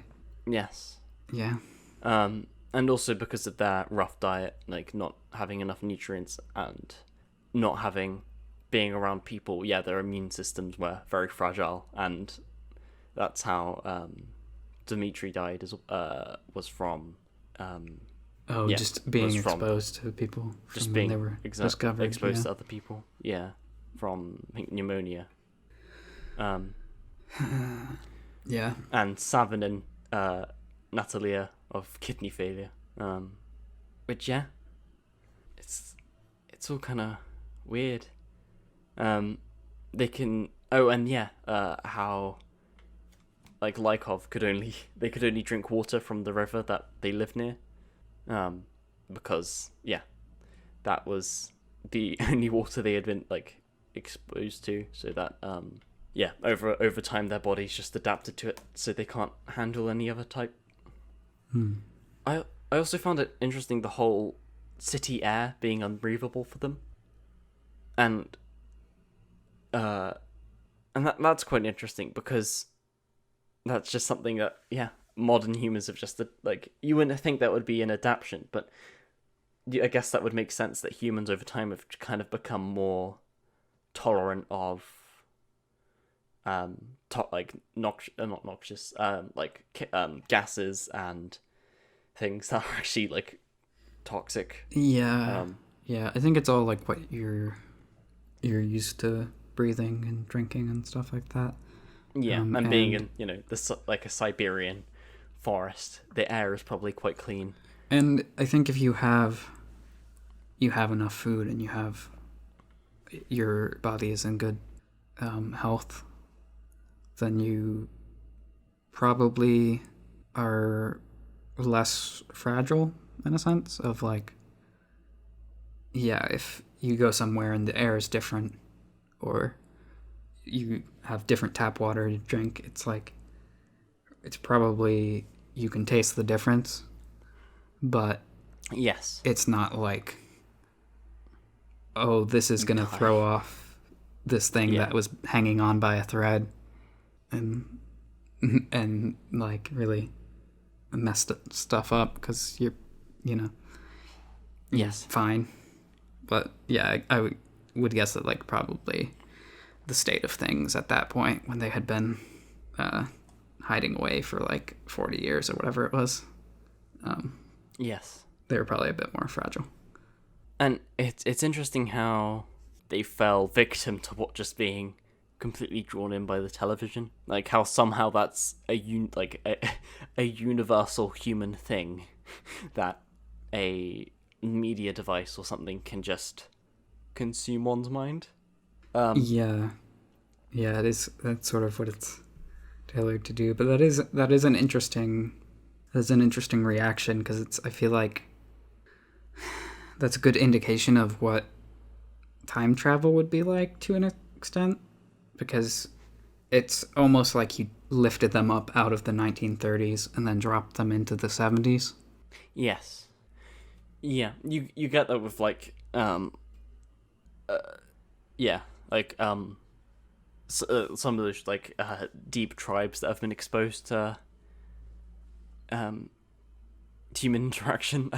They probably think it's like there's that one island somewhere off the coast of India that no one's allowed near. But like there's footage of them running around. But what and like they've thrown spears at helicopters. But if you're an isolated society, I wonder what like you must think of like a helicopter. Yeah. Like I can't imagine, like demon, crazy animal. Yeah. Crazy metal animal. Yeah. I don't know. It's weird.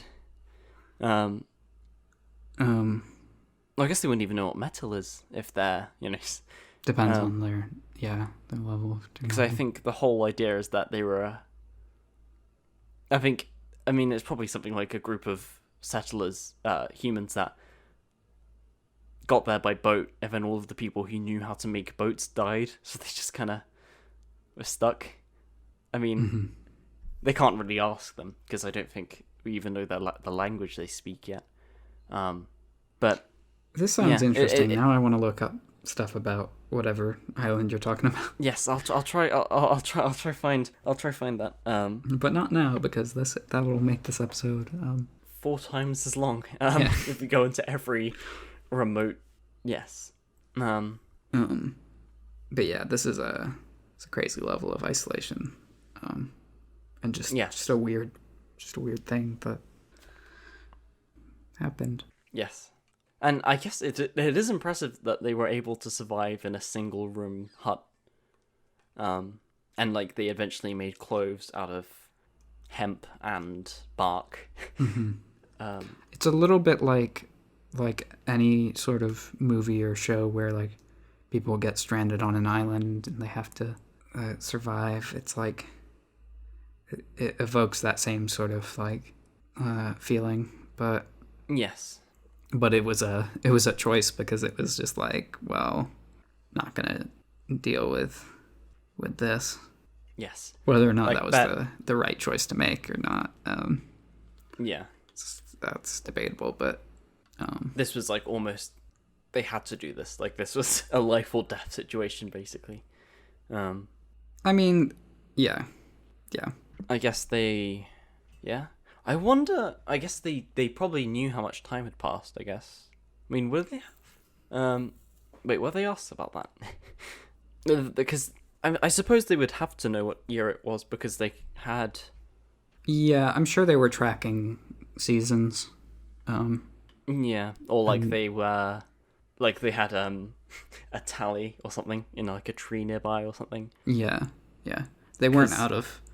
They weren't out of contact like, for that long. It's not like those circadian rhythm things where the people think it's like 5 weeks before they're actually meant to be outside. Yeah, they also weren't cut off from like the sun and the they were seasons. They were still out and about. Could measure days.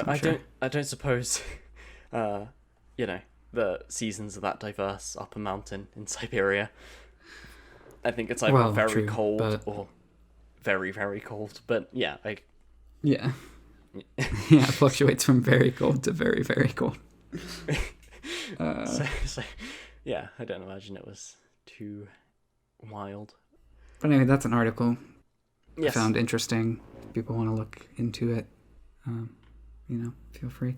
Something a bit more recent. Yes. That was officially made public in April? No.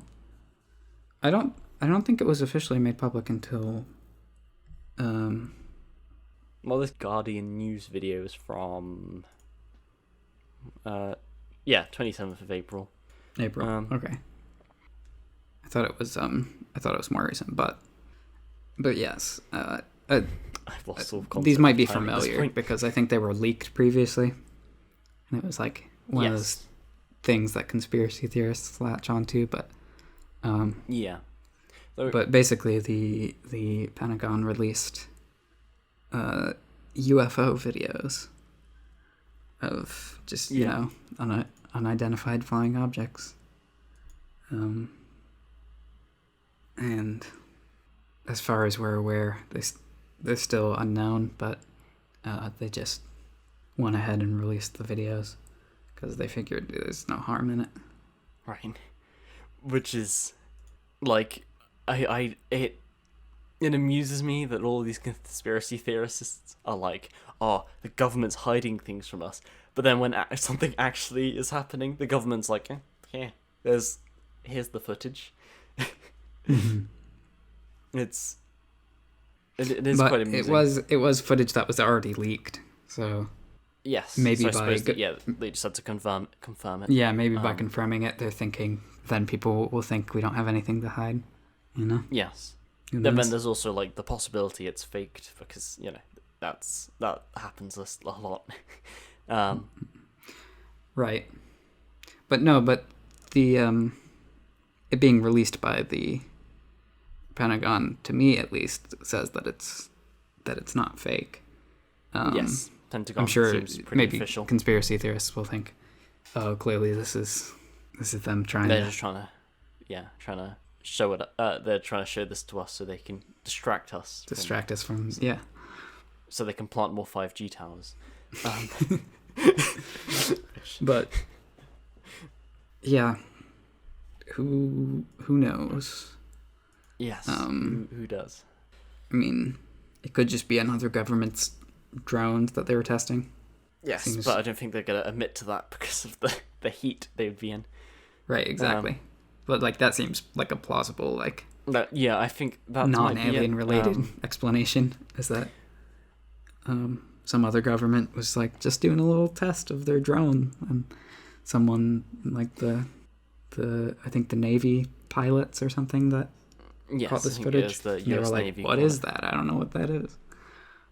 It's moving really fast." Though it would be funny, because it's like this. I bet if it was another country's technology, oh man, we've spent all of this time developing this super sneaky, very fast plane, and then the US just what's that? Just aliens.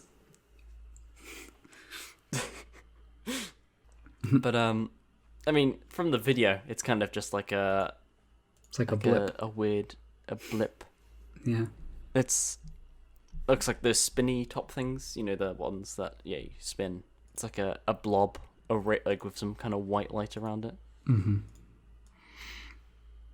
Yeah, and there's a couple of clips. I think from 2004 and 2015. Yes. Yes, because also the Iranian Air Force keeps having these weird run-ins with random UFOs, which is weird. Maybe us spending the past century screaming into the void has done something. Someone's actually finally listened. Yeah. Though that does mean they live 50 light years away, or around that, because then. Right. Yeah, it's a good point. Because by the time we started really broadcasting, even if they responded right away, if they don't have some kind of warp drive to move faster than light, then they're how quickly could they have really gotten here? Even if they can move at the speed of light, or at 99.9999, yeah, very close to the speed of light, they would still take. Well, and ages. how quickly do radio waves move and stuff? The speed of light. Okay. So yeah, Which so yeah, it is weird. So it would have had to somehow get to them, and then they process it, decide to come check it out, and then Yes. they'd have to get back to us. So that would be, yeah, Yeah. they'd have to be pretty close, I guess. Yes. Which I'm still milling over in my mind if that's a good or bad thing. Do you want to put a date down on public acknowledgement of alien life? Just throw a prediction I at the wonder wall. if because it must be weird because they're gonna come. They're probably scouting it out. They're probably impressed that they noticed that one of our flying machines can keep up, and then they kind of go, and then they come back, and then just all of those beings they saw have just kind of disappeared, and then now everything's just kind of automated, running by itself.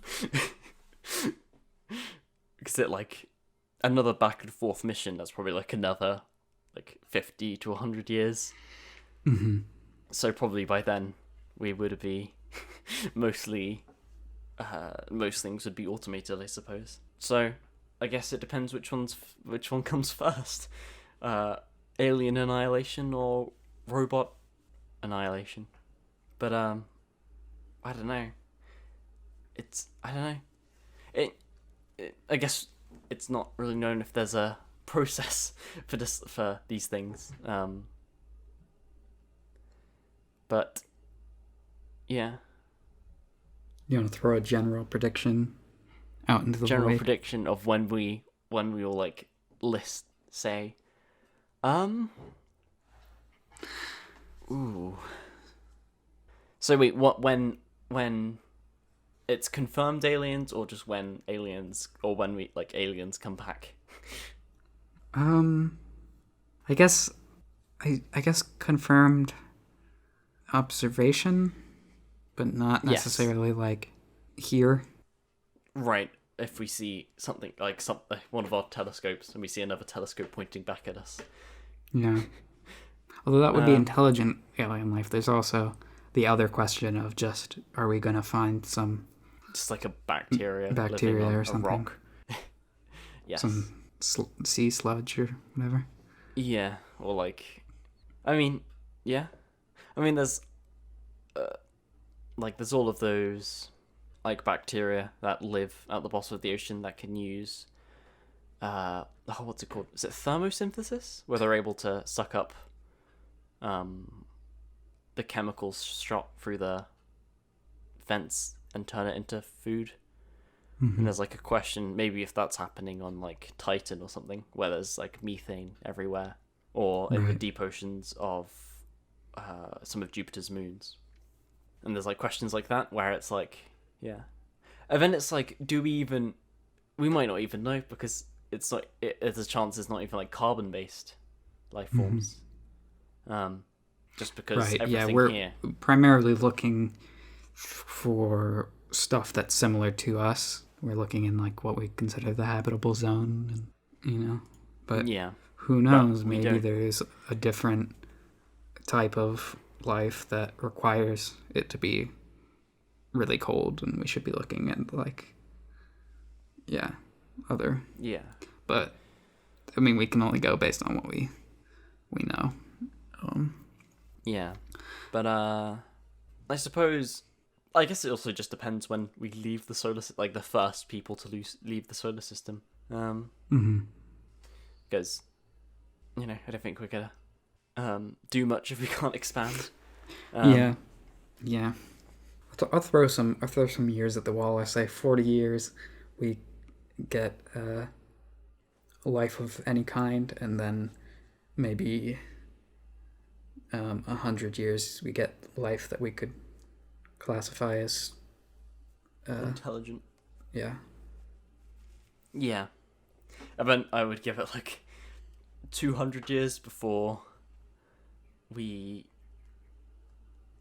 figure out how to contact and stuff. So I suppose I was gonna say, I suppose like the only way we could communicate at first is through maths, because that's the only universal standard, really, and yeah, the sciences. Like there's the idea that we could use like hydrogen is the most abundant element, so we can explain the concept of one to them, because we just show like on the record disc that's on one of the voyages, I'm not sure which one. The diagram starts off with a helium atom with a black dot as the nucleus, and then a white dot or like a lighter dot as the electron, and then they have like a whole like chart of how to figure out how it works, so you can so then you have a binary system, and then once you figure out the code and you see an image of a disk, then you know you've done it correctly and you can decode the rest of the message. It's a weird system. And then there's also some that have like maps of that have kind of have like maps of, I think, our trajectory around the galaxy, so you can tell where we are based on that. It's really interesting seeing how all these different ways we've tried to communicate with aliens and like signal our location. Seems really secure. Yes. Yeah. And then you see those like radio, like when those like things do the radio signals, and it's like, well, they're not, to them that's just gonna be like just white noise. Like when like those people who are listening out into space, and then they occasionally hear like a different buzz or hum or loud noise, that might be the same as what we're doing. Like that might be like the most beautiful song from this alien species who picked their most talented artist to write a piece for them. Right. And to us it sounds like static white noise. Well, like yeah, I mean, also I think it would be distorted, right? Yes, because of, what's the thing I'm thinking of? Because just like the signal strength would get weaker, and stuff like that. So yeah. Well, okay. So what you've said now is that 200 years from now, there will be intelligent life that we will be capable of communicating with. Yeah, that we figure out a way of being able to communicate. Okay. In theory, if an alien is listening to old Earth podcasts, yes. What would you like to say?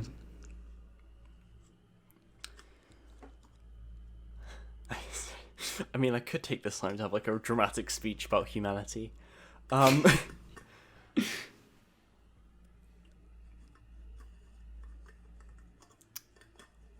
Ooh. No.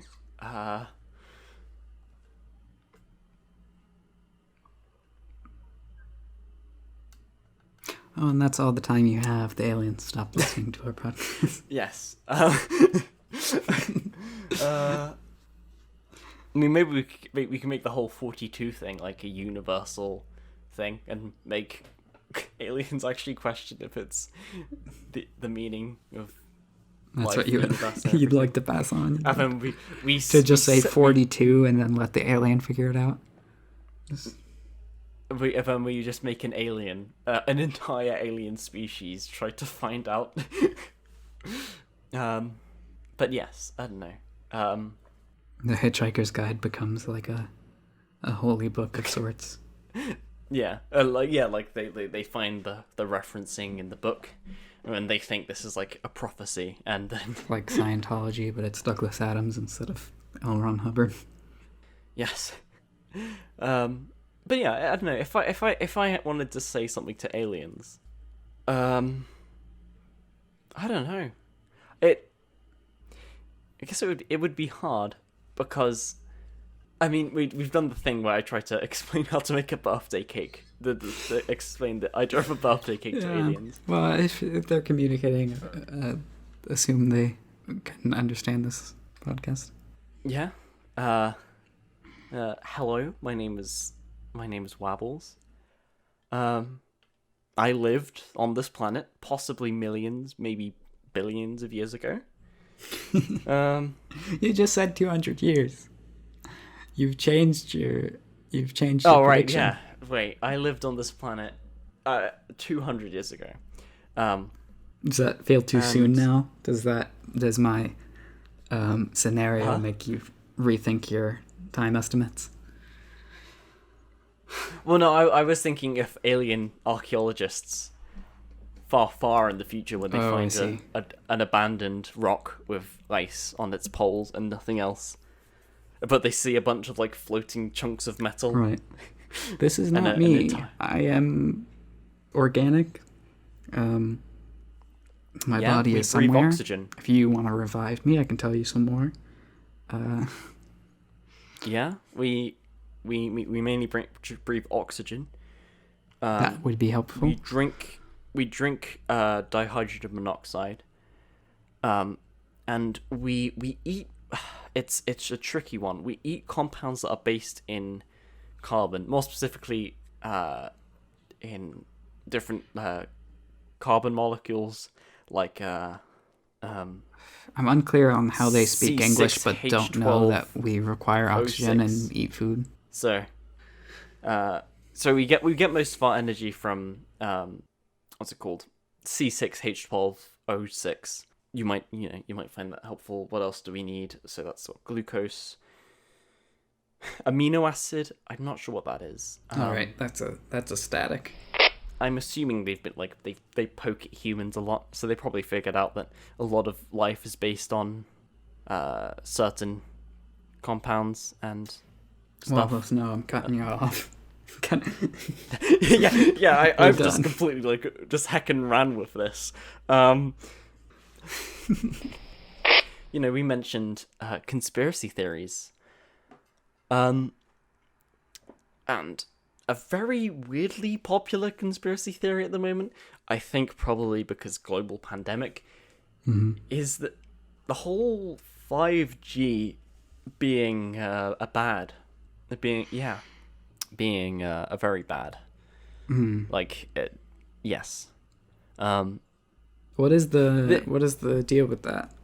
So it's mixed, or like not mixed. It's uniformly ungood, but the theories range from like the towers just so happened to be constructed during this global pandemic, so people put two and two together and jumped to the conclusion that the towers are causing the global pandemic. That doesn't make any sense. The pandemic came from China. Another one is that Second theory? The internet waves inject nanobots into your brain to control your mind. And the coronavirus, you know how they do the swab test by putting the thing and hitting the infected tissue at the back of your nasal cavity? Mm-hmm.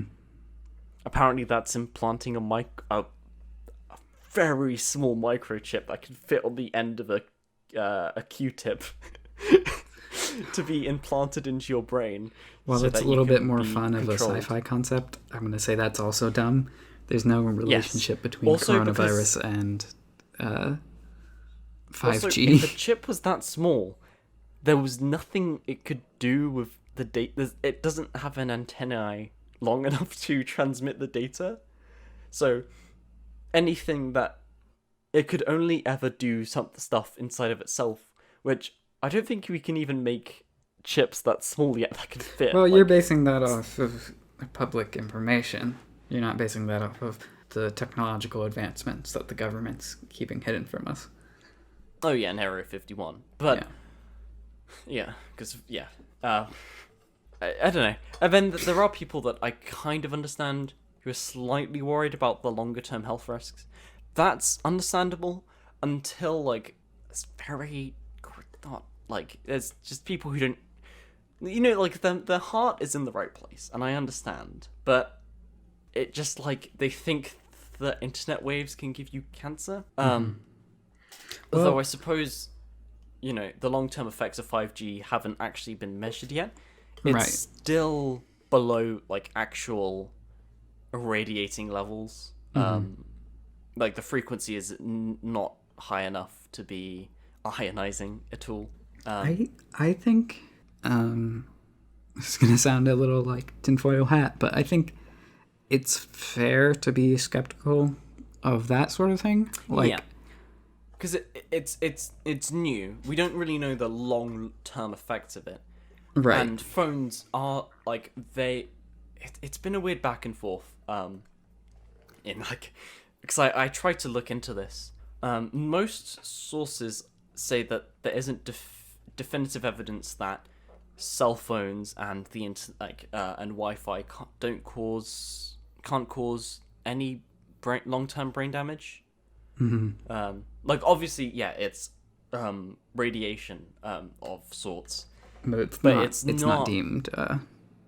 it's not Cancerous. deemed unhealthy Yeah. or ionizing in any way. Right.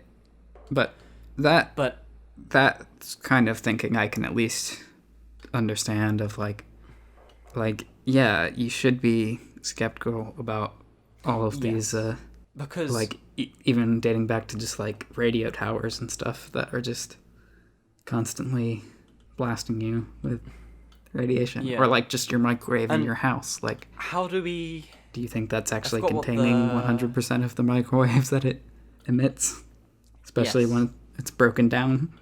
Like, Yeah, it's weird. I forgot what the word or like the concept is, but it's just that we think we know, we think we know the most we possibly can know at this point in time, right? and how that is always a changing factor. Yeah. But what's weird is that what I'm kind of skeptical about is that all throughout history, humans have found a thing, and they're like, "Oh man, look at this! This is great. Look, this will fix all of our problems." And then, way later, we find out it's terrible. So whether it be smoking, we thought that was like a cure-all, causes lung cancer. Or like We lead. thought lead, asbestos, carbon emissions, mercury. Yeah. Some Some of all this. of these elements and like compounds we thought were like great, and then like later we all have to like all draw back. It's like, wait, no, this has all been terrible. Well, But the unfortunate wonder- side of this, Wobbles, is that some of these things, the people on the inside knew weren't great, but they knew they could turn a profit. yes, global warming was confirmed by was like when oil companies did research, and they knew about it since like the 60s or 70s, but just kept quiet because And Though, like, speaking of oil prices did go negative recently, didn't they? like leaded gasoline was like, A big thing, and then yeah, like the oil companies didn't want to lose a bunch of money by having to remove the lead, so they were keeping that quiet. Cigarette companies probably knew, but yeah, your it's product probably won't sell as well if it's a carcinogen. It has a very high chance of giving you cancer. It's stuff like that. I mean, I think mercury was just because it was in like the early AD, or at least the first few, between 0 and 1000 AD, where well, it was an interesting material. It has interesting properties because it's like a liquid metal yes, at room temperature. yes, at room temperature. So that Yeah, has a certain element of mysticism around it, and I can understand people thinking Yes. like, "Oh, this is cool. This is unique." let's drink a bunch of it. That will But help us. yeah, it shouldn't take too long for people to realize, like, I mean- oh, that's probably what's causing these negative effects. Yes. Though even mercury was still used in the Victorian era because it was the like using compounds to make the hats stick up, Right. which is where the whole mad as a hatter, because of they used to work with lots of mercury, so they would start developing dementia and stuff like that. And as that wasn't exactly understood because we weren't poking around at brains just yet, well, like live brains, with MRIs and stuff, we didn't. They didn't know something was wrong until, Yeah. But hopefully this isn't one of those. Yeah, I don't necessarily, to be clear, I don't necessarily think it is. No. Yes. But at the same time, it probably isn't. like, even the We've level been wrong before. of various forms of radiation that we take in constantly, like, I don't know, there's just so much wireless stuff, and wireless things can only work if you're sending signals to them, and signals don't go in straight lines like that. Yes, that's not how signals work. So even if you ban technology, you're still not safe because, like... Yeah, or if they're basically just screaming out, even into right, space. if you're abstaining from... You don't have a cell phone, you don't have Bluetooth headphones, you don't have Wi-Fi in your home, it's like, you're not avoiding it, really. Yeah. If you want to avoid it, you need to make, like, the Lycor family and... Right, maybe Siberian wilderness. You're and even then, like, yeah. I guess if you're way at the out speed there, of you light. probably wouldn't get very many radio waves and things. Yeah, but it still travels far and fast. But especially with all the Starlink stuff now. So that's cool though. I'm interested to see how that goes. But to not get too deep into this discussion, but I think. At least it's logical to be wary of that, and that's something that more research should be done on. But yes, I think it's strange how people will draw a line with whatever the newest technology is of like, 5G is what's gonna kill us, or like, smartphones is what's giving everybody cancer. It's like, and radio waves were fine. Microwave ovens are fine. Then, other cell phones. Weird is that the generation that is don't want to be like all those generalizing Zoomers, but it is. I do find it interesting the generation that's drawing a line between like cell phones and like people becoming dumber. But what's weird is that they were the generation that wasn't drawing the line between cigarettes, carbon emissions, leaded gasoline, and cancer or global warming. Mm-hmm. And it's like, well, when there was clearly a correlation and like causation and such, they didn't. I think there's just a general distrust of new things, and that's natural. But people need to because it was the same as it's always been. Yeah.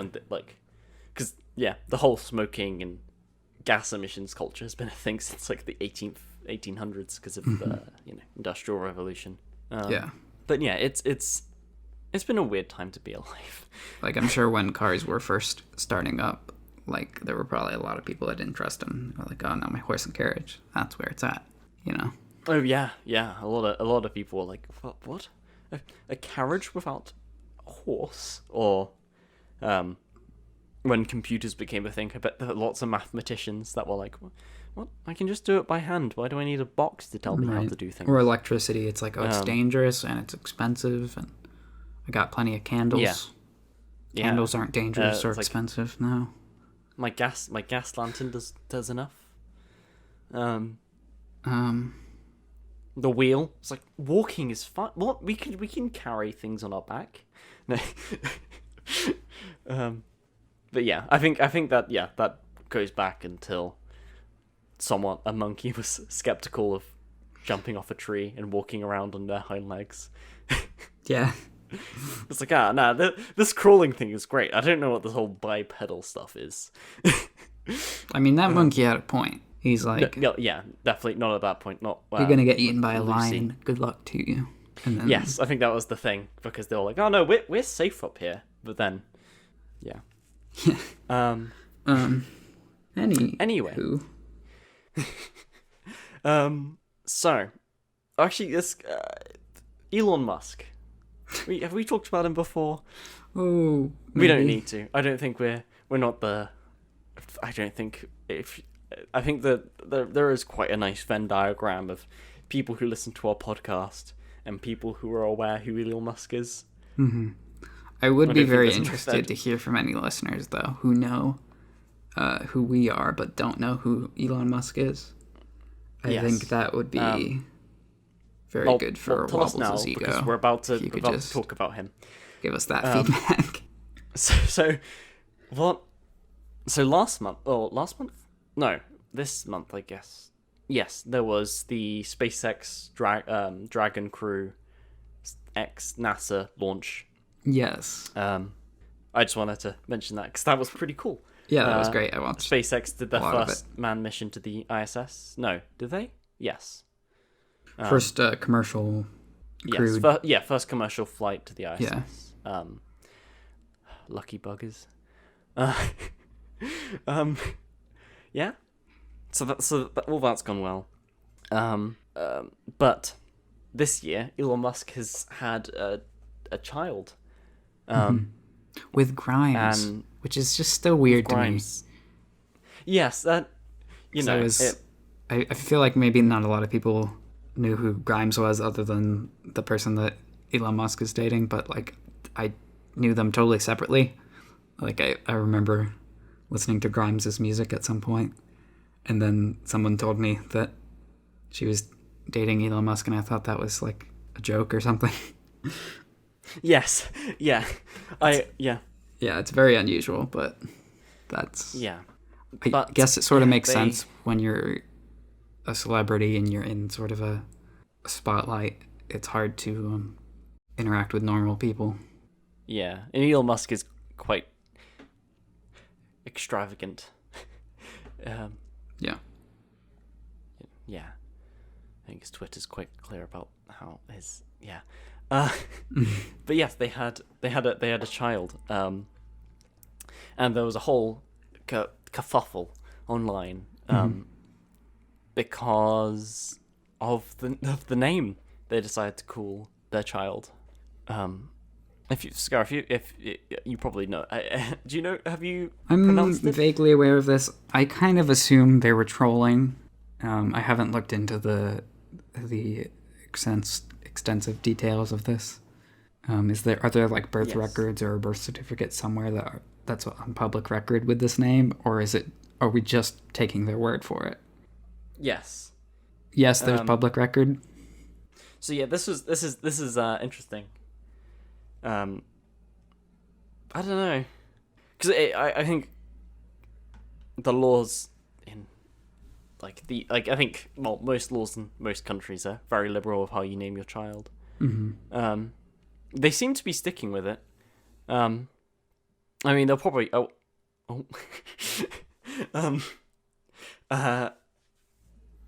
but yeah. So they named their child XA12. I think Grimes did a tweet saying what it meant. Yeah, they've been inconsistent with that, and that's part of what makes me think that they're just trolling. They're just messing. But actually, AE combined. AE, yeah. That was the thing. The letter at the beginning of Aveling, which was the thing. I mentioned that a while ago. I didn't think it would take us this long to get from that point to this. But here we are. Yeah, we got like 3 episodes between you mentioning that and this. I should cut this up, and this should be the rest of season 2. Yeah. But yeah, I just think it's weird because there's, this whole thing behind what the child's identity will be, and what like will they be called, like A or 8, 12, maybe XE. I don't know. X. Yeah. X. Alexa. Oh, I just annoyed a lot of people. What? Alexa. Oh. There's probably someone freaking out trying to turn it off. A12. Yeah. I don't know that they've said a proper pronunciation. I think I read somewhere that there were some statements of how to pronounce it, but they seemed conflicting. Yes. Maybe this will be a follow-up in next episode. Yeah. I did see that. I think it was on Instagram. I don't know. It was one of those Google articles that I'd Googled something related to Elon Musk before, and so they were like, "Yeah, this is something you care about." Yes, yeah, that's what happens. I think I saw in an article that that basically someone asked Grimes on Instagram, I think it was, if they had to change the child's name for legal reasons, because there was, I think you're not allowed to have numbers or something. Right. And she said that they changed it to Roman numerals, so it would be XII instead of 12. Yeah. Yeah, that might but I guess the hyphen's at okay. Least it's not as strict as in, like, I think it's Sweden, where it can't have a royal family's name or something. And there's like a list of names you can use. Yeah. There are certain countries have like more strict. I wonder how much of the numbering thing, I wonder how much of that is just like just common decency, and how much of that is just how much of a administration, how many administrative problems that will cause in the future. Like the like how for your license, the text box that they use to put your name in, it just won't accept numbers. Yeah. So they were like, no numbers, because we have to change our computer systems. Yeah, I think that's it, because like the numbers, if like when a number's next to a name, it's normally like age or something. So in a system, if it had a name with a number in it, then the number next to it, I guess it would just be like, wait, which one do I do? Because it's just told to look for numbers, and then yeah. But yeah, it's weird. Yeah, I'm sure we'll have follow up on this, so there's no need to discuss it further now. But yeah, I will say my impression of it was that they just want to maintain the child's privacy and like not force them into being a celebrity, and that maybe this was just a way of trolling people that kept asking. But yes, that might be it. But yeah, I don't know, because I haven't looked into it. But I'm sure we'll hear from people or do our own research between now and next Elon episode. Musk enthusiasts. Yes. Though Dan TDM, quite a big Minecraft YouTuber, he had a child. Like in January. Feels like so long ago now.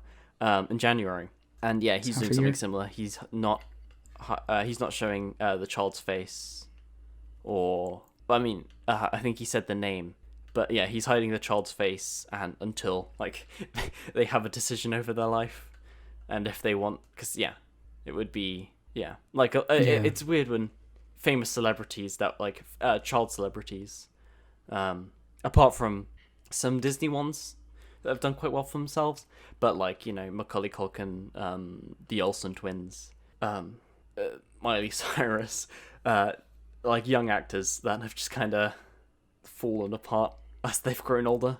Yeah. Macaulay Culkin seems to be. I mean, like, I think all those people that you listed are more or less fine, but I think they would probably even agree that like being thrust into the Olsen twins have said, yeah. Yeah.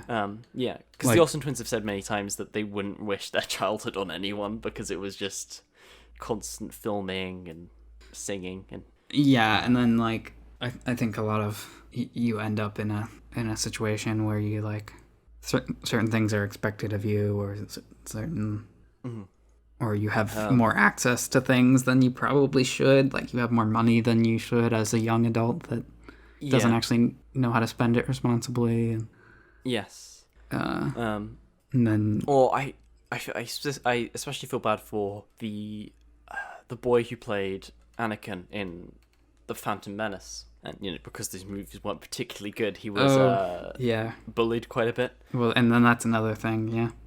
That's a whole other kettle of fish where it's not just the social, like, if it's a big movie can ruin someone's future because of what's expected of them. But then also if that was the idea was we want you to leave our kid alone and like not talk about them, then even as funny as it is to like troll the media by giving them a ridiculous name that's not the real name, and seeing how long the facade can keep up. How long they believe you as you crank the dial up on how ridiculous it is. You just like keep adding more layers to it. Yeah, like what's the middle name? Oh, it's the entire text of Homestuck or something. It's like pi to 4 million digits. It's just, something ridiculous. There's a second middle name, and it's also the child's social security number. It's like... and the fourth one is their mother's credit card number, right? Just in case they forget. Like it could be that, and that sort of like at least was my first thought, whether it is that or not. But if that was the case, I feel like they've opened the door to the kid being bullied in the future. For even if it comes out that this is a fake name, I feel like people will still try and call them it, even though it's like impossible to say. Yes. So it seems like this might be a definite follow-up. Questionable move. I don't know. Yeah, I don't know who this up next episode. Who Elon's PR person is. He sometimes goes off the rails. I think it might just be himself when he's on a substance.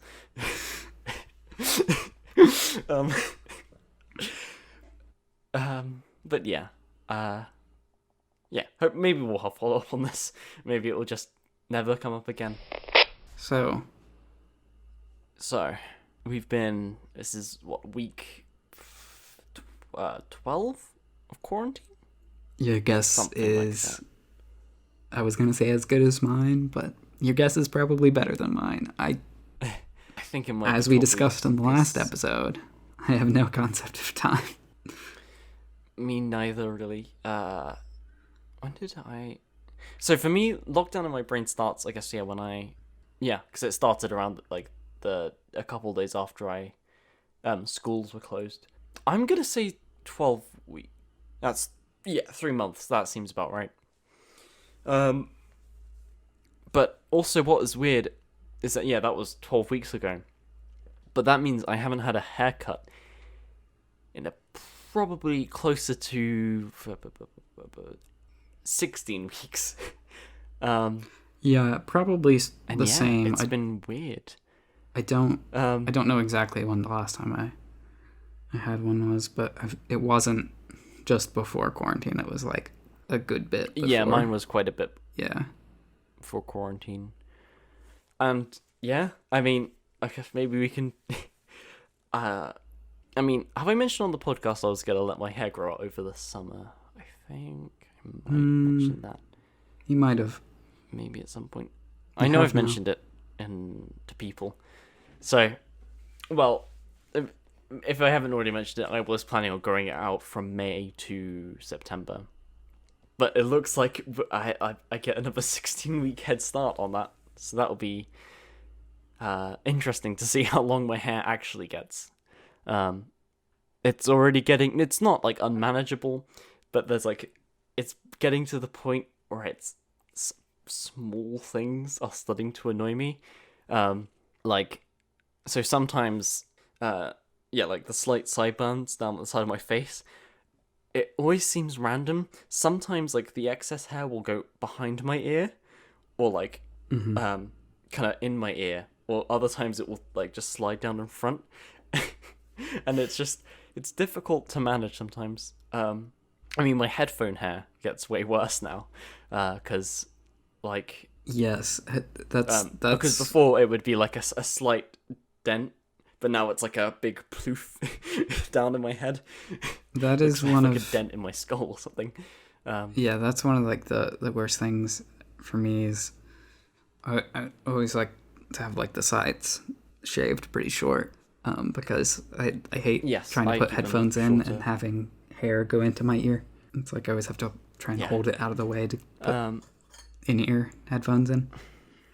And I have quite my hair is quite thick and curly, so now if I wanna, like I have to spend not like too long washing it, but it's longer than I used to have to take to wash it. And like I have to like properly run my fingers through it and rinse it thoroughly out and stuff, which is, I mean, of course, like my hair's been this length before, but I haven't had it this long for a while, so I'm just like readjusting. But as I'm readjusting, my hair's gonna still growing longer. It doesn't help that it's the summer now as well, and it's been very humid. It's here. the worst time to have. Yeah.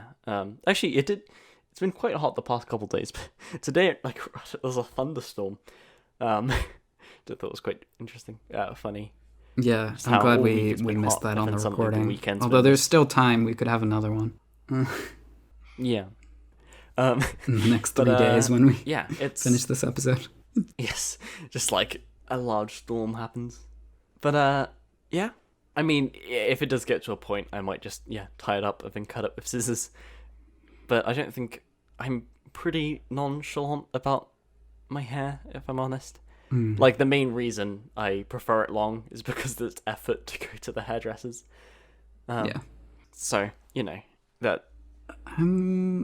It's Places are opening back up over here in some limited capacities, and I'm thinking about. I think some investigating places that. here maybe. I'm not sure. But yeah, it's been interesting seeing the growth of my hair over the past couple weeks. Past like few weeks. And just seeing how I think I'm getting into the territories of how long it was before, like how long it was when it was its longest. Right. You're gonna break the record. Yeah. Yes. That makes sense. Then whenever someone's like, how long is have you grown it out before? And you'd be like, oh yes, during the quarantine. It went all the way down my back. During the quarantine of 020. Yeah. 020. 020. 2020. I don't know. Maybe I'm. Yeah. I'm wearing a hat right now to keep mine in, so it wasn't like I didn't want it in my face while I'm trying to record. Yes. Luckily, my hair is because it's curly, so it doesn't actually drop into my face, which is nice. But you look like a long-haired nerd cube. I don't think my hair is as curly as his, but yeah, I guess it does get kind of outy puffy. It's fair. It goes more out than down. Yeah. We might have to change your doggo image.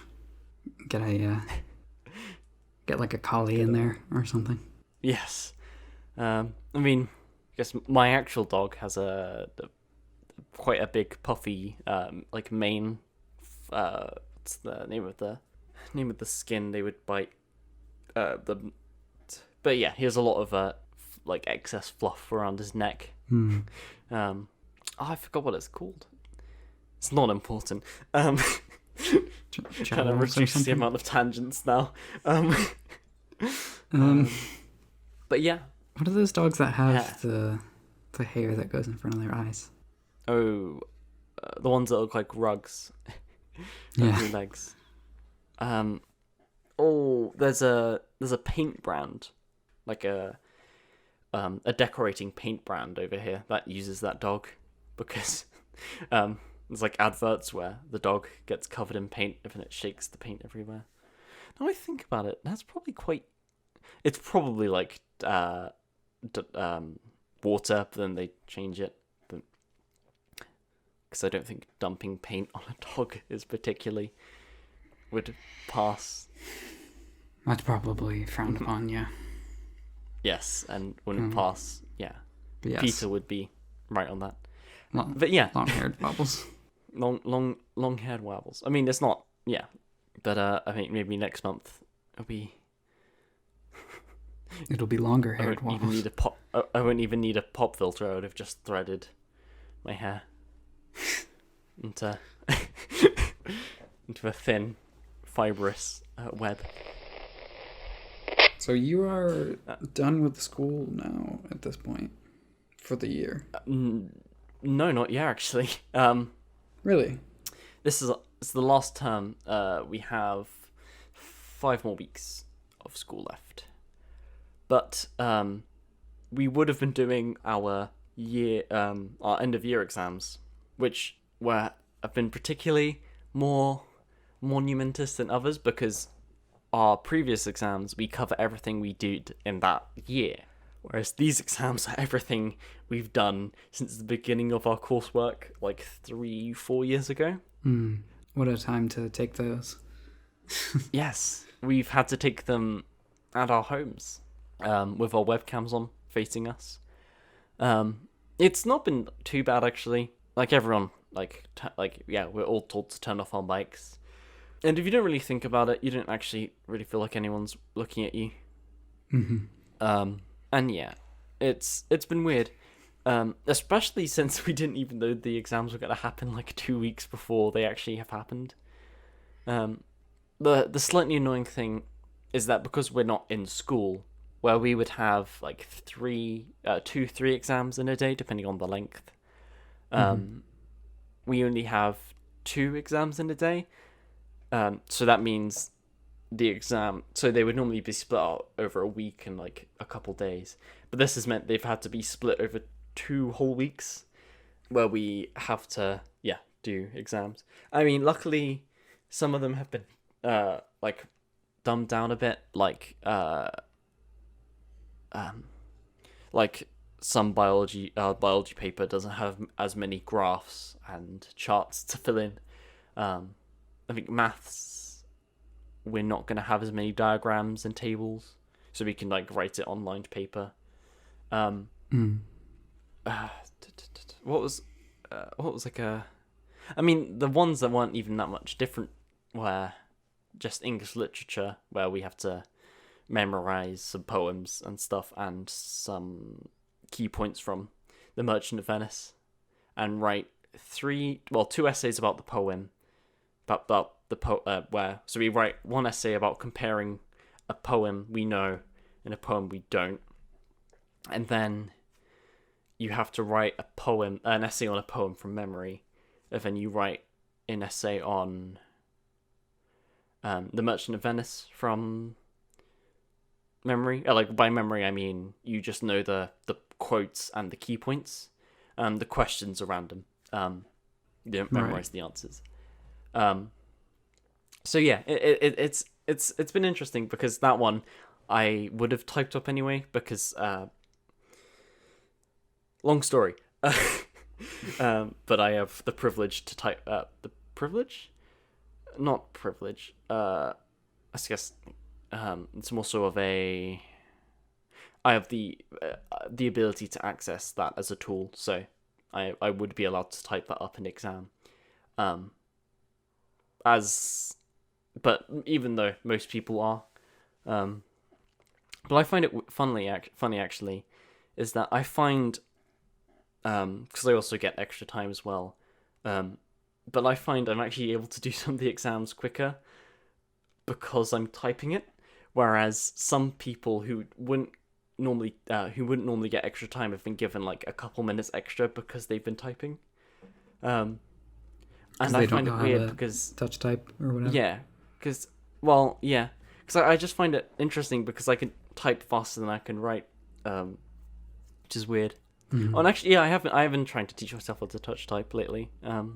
I can't. For now, it's more efficient for me to type my usual method, which was kind of like touch typing in a sense, where I would have my hands on like certain home keys that I knew whereabouts, but I would still have to look, which, is quite inefficient. But yeah, I am actually working on touch typing at the moment because, I have a lot of spare time now. So, Yeah. I'll just open up a Word document and just start writing random words. Should find like an old like typing game. I feel like those are always fun. Yes, like House of the was it House of the, what was that zombie one? That was kind of weird. And then there's Mario Type. Mm-hmm. Yeah, there's all these weird ones. But yeah, it's been interesting doing school from home. We've mentioned last episode how this this might actually. There's a possibility within the next few years that this might become more of a thing.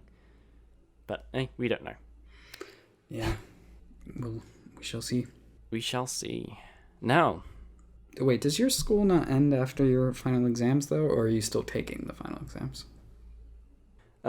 So we're still taking... Well, I'll be taking them all of next week as well.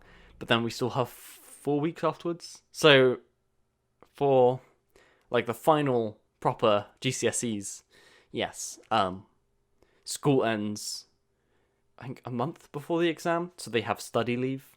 So in that time, they have to revise and prepare outside of school. So they have like a month longer summer holiday, but then a large section of that is doing the exams. But as soon as they've done the exams, they don't have to do anything ever again, which is because that's they how have to go to sixth form college. Wouldn't expect multiple weeks after. Seems excessive. But for us, that because these aren't like proper like state sanctioned exams, they just happen, and we just continue doing coursework after that.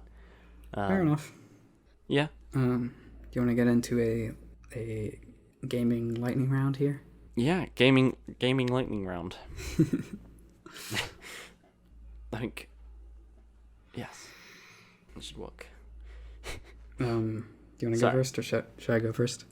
I think I might be my one might be quicker because it just It's up to you. I may as well go first. So basically, over the past when I've had a lot of time, I've really gotten back into Minecraft.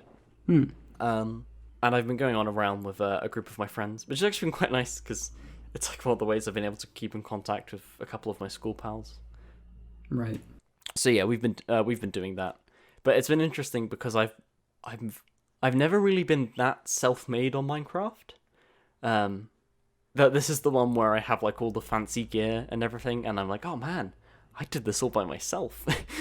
Because normally on other servers, I've either, and like if there's like an XP farm or a mob grinder that I've had to use to get this stuff, I've built it myself. Right. I was gonna say, are you like the most experienced Minecraft player of your kind of group? I think so actually. Which is quite amusing. Mm-hmm. I mean, I think I'm the longest playing. I think so. Yeah, I'm a Minecraft veteran.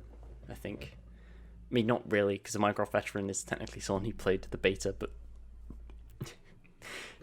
so technically I am, but I've never built like a farm. Or I built farms. I mean, I've never built like a game breaking grindy auto farm. Yes, but I mean, it does I am mean a Minecraft veteran. Yes, just because I'm old. Yeah, I guess it doesn't really matter. But yeah, it's been interesting actually being like somewhat self-made and then like building my own base. Like I normally build a base. But it's quite nice having the accomplishment of building like a big base. Right. And it's a real pro gamer base. It's not just I built a fun house for fun. Yeah. You got all the... Actually, you know what? I'm actually very proud of the totem house we made. Yeah, it was great. We mentioned that previously. That was great. I like how that started off as Sig doing a ha ha ha funny. And then it just kind of spiraled out of control. But that was, that feels like that was long ago. It wasn't actually, that was like, what, a year? That was a year ago. That it was. Yeah. That it was. That revelation aside,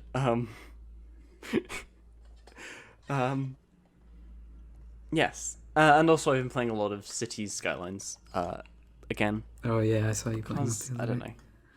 know. I've gotten back into that. I've sunk about 25 hours this week back. I'm getting back into it. It's still weird to me that it's, whenever I see it written out, Skylines, yeah. It's Cities, Skylines. And not just City Skylines. It's weird, yeah. It should just be City Skylines, I think. That's what everyone calls it. Yeah. Cities Skylines. Yeah. I wonder why. Are there other Cities games? No. Maybe like I it was probably just one of those. What's it called? Like a copyright dispute that they didn't want to have to deal with, so they just put a colon. Because then they have another game called Surviving Mars. It would be funny if that was Surviving Mars, which is City Skylines but on Mars, basically. That leaves room to grow. They could have Surviving Jupiter. Surviving Alpha Centauri. It's just like imagine if all games that like Minecraft, Animal Crossing, Borderlands.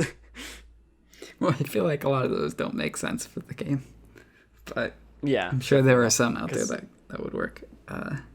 Yeah, but yes, there were. So what games have you been playing for the past 2 months or so since you've recorded last episode?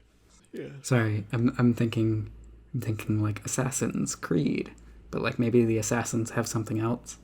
It's like at the Assassins Club, Assassins Soccer League, Brotherhood. Yeah. Yeah. Assassins. Financial. They got a lot of games in the Creed series, but what about the? Once you've been pumping out games yearly for almost a decade. Assassin's Guild. Actually, they Assassins group of people. But Call of Duty. Call of the Wild. Action. Yeah. Same franchise. Yes. But yes, games you've been playing. What? Oh yes, Animal Crossing. Yeah. Wow. I'm surprised. Well, okay. I've kind of stopped playing New Horizons for the moment. I am gonna get back to it. I did not make any videos, though I still have lots of recordings that someday I might edit. It's turned into one of those projects I think that I want to do in theory, but I can't find the motivation to sit down and work on. And it starts to build up. I mean, it's not like, yeah. And it gets to the point where it feels like it's no longer relevant, but it's still like on my list of projects that my brain is telling me I should be working on. Yes. Yeah. It is tricky with like projects like that. Like I may have done something similar to that, and even like was so confident I would do it. I also mentioned it on the show. I'm never gonna mention it by name again. This is the last time I'm ever acknowledging it. But yeah, it is weird with those projects where you're like, it's just quite hard just to sit down and do. But it's also hard to let them go. Yeah, like it's like quite a good idea, but you just it's yeah. Yeah. You're like, oh, I really want to do something with this, and like I could like And it would be really continue good it if I did further. it, but I'm not gonna do it. And the Just longer I'm not gonna. don't do it, the less good it will be.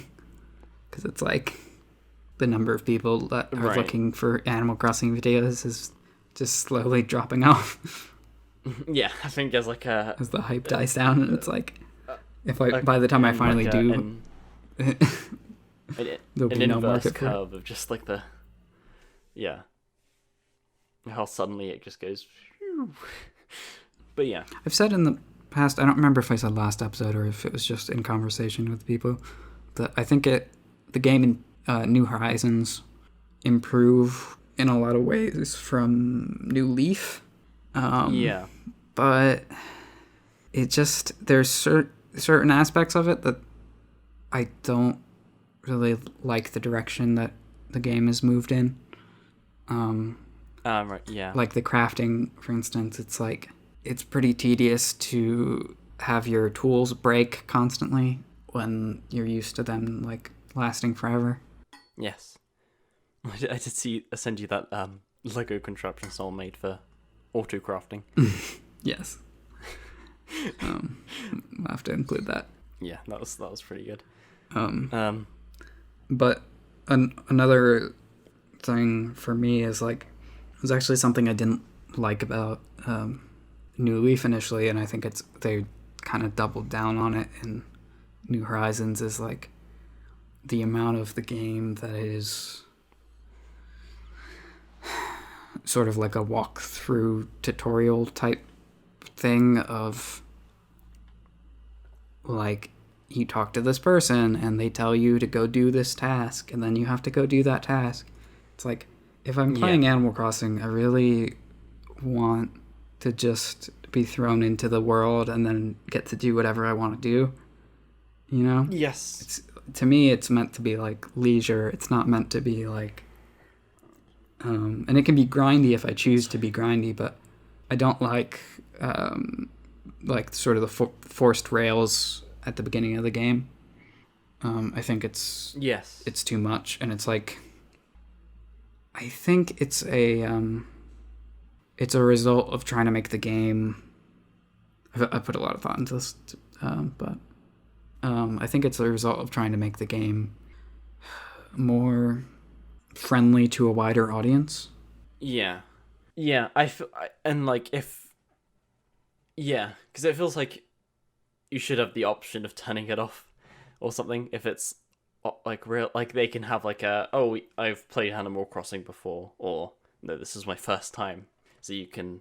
Yeah, but it's not just like teaching you how to do things, but it's also like making you do them. Like early on, you start with 2 villagers, and then to get 3 more, you have to like build them houses, and you have to, in order to do that, you have to craft the furniture that they want for their houses. Right. Yeah. Right, yeah. Which is like a good bit of like tedious, collecting the materials and then crafting that specific chair and that specific piece of furniture. And it's like, you're doing it just to fulfill the quest. You're not doing it because you wanted that chair or you wanted that piece of furniture. Yeah. And that's sort of, I guess, like, for me, you can put me in a game like Animal Crossing and I'll come up with my own ideas of what I want to do, of like, oh, I can collect this furniture set and I can put it in this room and then it'll look nice. And then I'll go and do that. But in this game, I think there's a certain kind of person that will look at a game like Animal Crossing and be like, this is boring, I have nothing to do. Yeah, right. I think that's the one thing from stopping me from getting it is because I know it's like a long form game. Yeah. But I guess my issue is that like my experience of more long form games have always been like the mobile games where it's pay to win, like the whole idle game thing that's become popular. Mm-hmm. where the whole idea of the game is that you don't play it, which I've never really understood. But then I've kind of like been like, well, actually, surely Animal Crossing wouldn't be like that because the game isn't trying to get you to give it money so you can skip forward some seasons. I mean, Pocket Camp would love it if you wanted to give them money to do that. But yeah, of course they would. Yeah, but yeah. I don't weirdly, know. I've been playing more Pocket Camp than I have been New Horizons in the past week or so. Fair enough. I feel like I have other motivations and things that like makes playing Pocket Camp fun for me personally that doesn't necessarily apply to the average person in the average game. Like a lot of games, it depends on people and who you play them with. Yeah. Especially if there's any kind of multiplayer component. Yeah. But yeah, I think there's a certain type of person that would, like when they play a game, they want to be given a quest to go do. Like, yes. You want the NPC to be like, here, go do this. And then you go do it. And you feel like, I know what I'm doing in this game. Whereas if it's too open-ended, I think some people just don't like it. Because they're like, I could do anything. I don't know what to do. It is weird how, like, a game like Minecraft has become popular. Where there's no actual real goal. Right. Like, there is defeating the Ender Dragon, but now there's stuff you can do after that still. Right. But that's kind of what I mean. And like, as we discussed, I'm a veteran Minecraft player. I remember when they added the end, and I thought that was a bad choice. I liked that there was no clear quest or anything. Or goal, yeah. Yeah, I mean, me and like my group of friends, when we did it, we just kind of treated it as like we just need to do this, and then you can, like, we would have just continued if it wasn't there. I guess we would have just kept building, but because we wanted to get more resources, and that was the only way of doing it, it was like Yeah, I mean, like, that's at this point, the way it's set up and everything, it's just like sort of elevates you to a more advanced it's like a level of technology in the game. What's it called? A trial of passage? Yeah.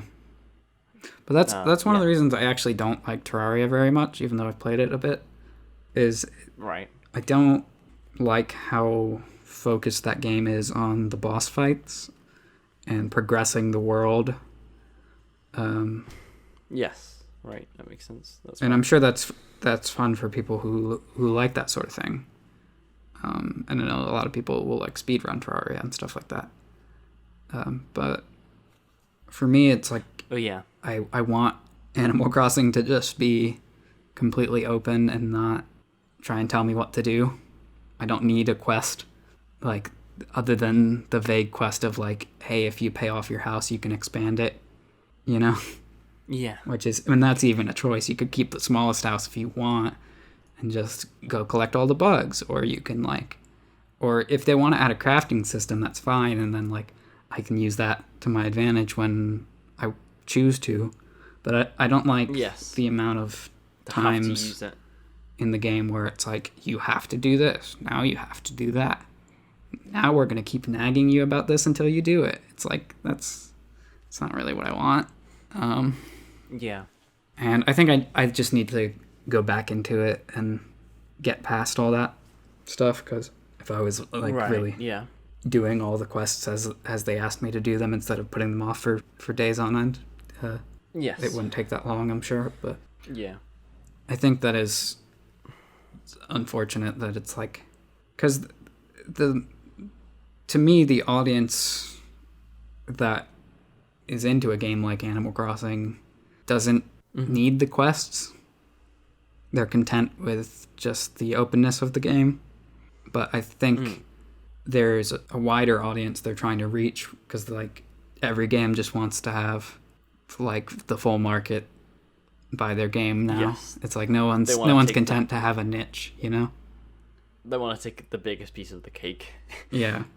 It's like you could make this group of people really happy with the perfect game, or you could make them somewhat happy with a good game and also make those other people somewhat happy, and you get twice as much money. It's like, well, yeah, but you could just make a really, really good game for a small group of people, and make a really, really good game for another small group of people.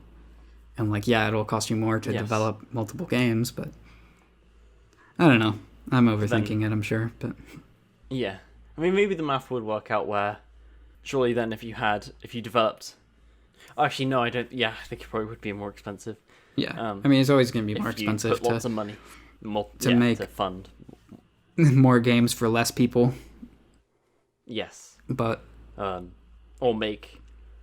Yeah, I guess it's putting lots of money in to make a good game for a broad number of people is probably cheaper than making lots of very good games for different slim slices of the population. Mm-hmm. And like I've complained about similar stuff of like, I think they made Skyrim more it's like they took Morrowind and they were like, how can we make this more palatable for casual gamers? Yeah. Like, to an extent.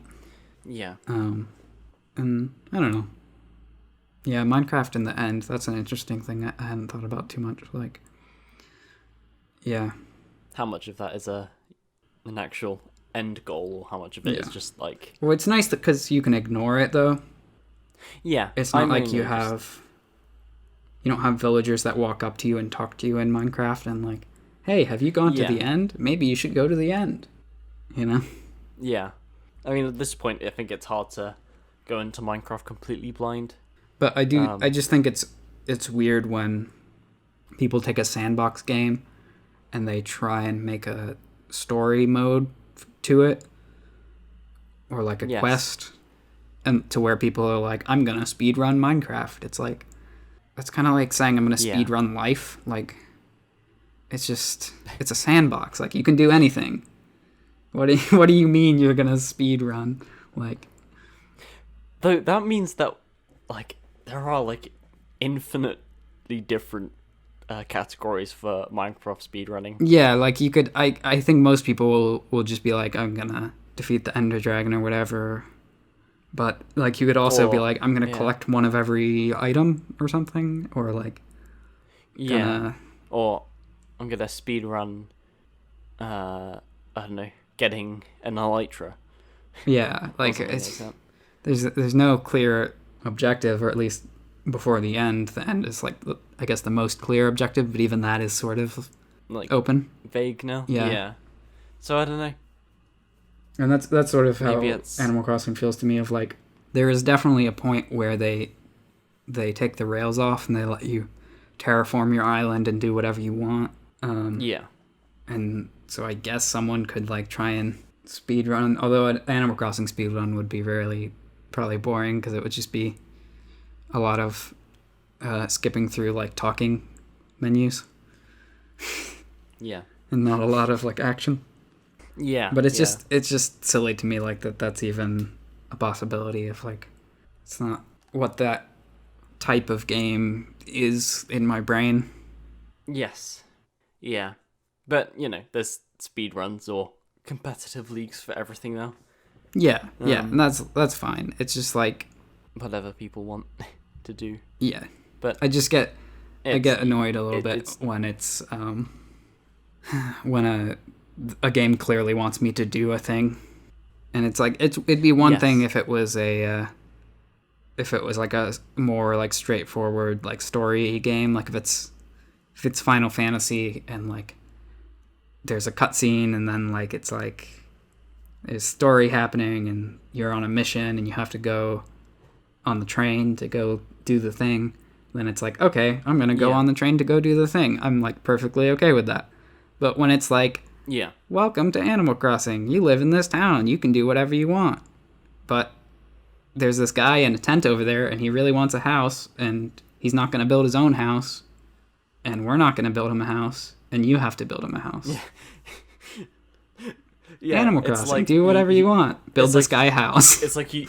It's like, Yeah, you what? It's like you've bought like some land, and like you're really excited because like, oh man, I can like have like some storage sheds here. You know, I can like have a bike track or something. Yeah. And then you get to the field, and then someone was like, "Oh, so I've spent all morning, and I've carved out this path from this end of the field to the other, and until like halfway, you can do whatever you want past that, but you can only walk on this path." It's like, oh, Right.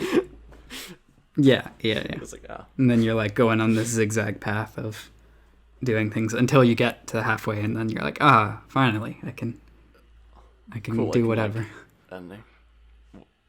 Whatever. And what do it's you just do weird with because it's like you can frolic? kind of do whatever before that, and it's like, but not. Yeah, the path is like carved out with like. Okay, I'm not sure. You can do whatever you want Not sure inside how of the fast- path. You can dance around as you're walking down the path, but you still have to walk down the path. you can skip down the path backwards. Yeah. You can teleport to the end of the path at some points. I don't know. And if you time Like the travel. GameCube one, it has you work for Tom Nook initially, and it's more of like a tutorial though. He like teaches you how to Yes, write that sounds letters fair. to people and teaches you how to plant flowers and like, and then he lets you go, and then that's it. Like that's you're Let you done. go. It's not like, I don't know. Yeah. It feels like it's so much more, and it's also maybe my personal bias of like I don't enjoy the crafting that much, and it's really trying to make you do the crafting. Yes. They're like, look at this cool thing we've done. Do you like it? Not. Yeah. But overall, very good game. I'm here to complain. It's my thing, I guess. This is Well, this is a nice place where we can be calm and open and complain about whatever. Yeah, I think there's a podcast somewhere in there. Like many of the early episodes, this podcast will end with a ska rant about Nintendo. Yes. Yeah. Really going back to our roots here. Now the I mean, to Amiibo be fair- Festival Animal Crossing on Wii U, so that's where it's at. Collect all the coins. Don't get me started. That's a joke. That's not a real thing. Yeah. Well, it is a real thing. I'm not going to get into that. I'm sorry. We've been here so long. My headphones are dying. Yes, this is hopefully, if a listener has gotten to this part, well done. Congrats. There's your Medal of Honor. Congratulations. You get the Medal of Honor. But yes, thank you for joining Medal us of on this. Honor. Yes, to the Minty Boys podcast. Actually, I guess that does make sense because we have Minty Boys other things as well. Minty Boys Book Club, Minty Boys Discord. But yes. MBG when. Thank you. Yes, when we can do that. Hopefully, when I get a PC that can actually hold its own. Do you think there was any yes. relationship between the fact that we skipped the entire month of May and the podcast dragging on for this long? Maybe. I think, we just have a lot to say. And, we're kind of out of it, I suppose. But actually, my tongue and throat are starting to hurt. I'm not anticipating to be talking for this long. But right. yeah, this has been the Queen birthday special. Oh yeah, that's what this was. This funnily enough, we planned all. How did I do on the British quiz? I've already forgotten. 1 out of 10. Ooh. Yeah. There was no multiple choice or anything for that quiz, though. That was a tough quiz. Yeah, that was That was going in blind. But Next month is July. next month is July. Do you know what that means? But we hope you enjoy the rest of your June. And yeah, we know it's pretty crazy out, but try keep hope and keep on keeping on.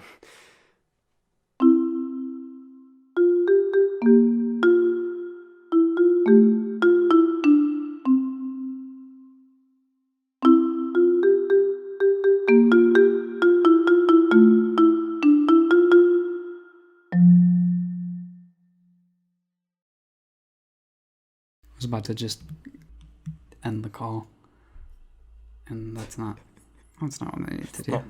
That's not the one. That's not the one. Okay, and stop.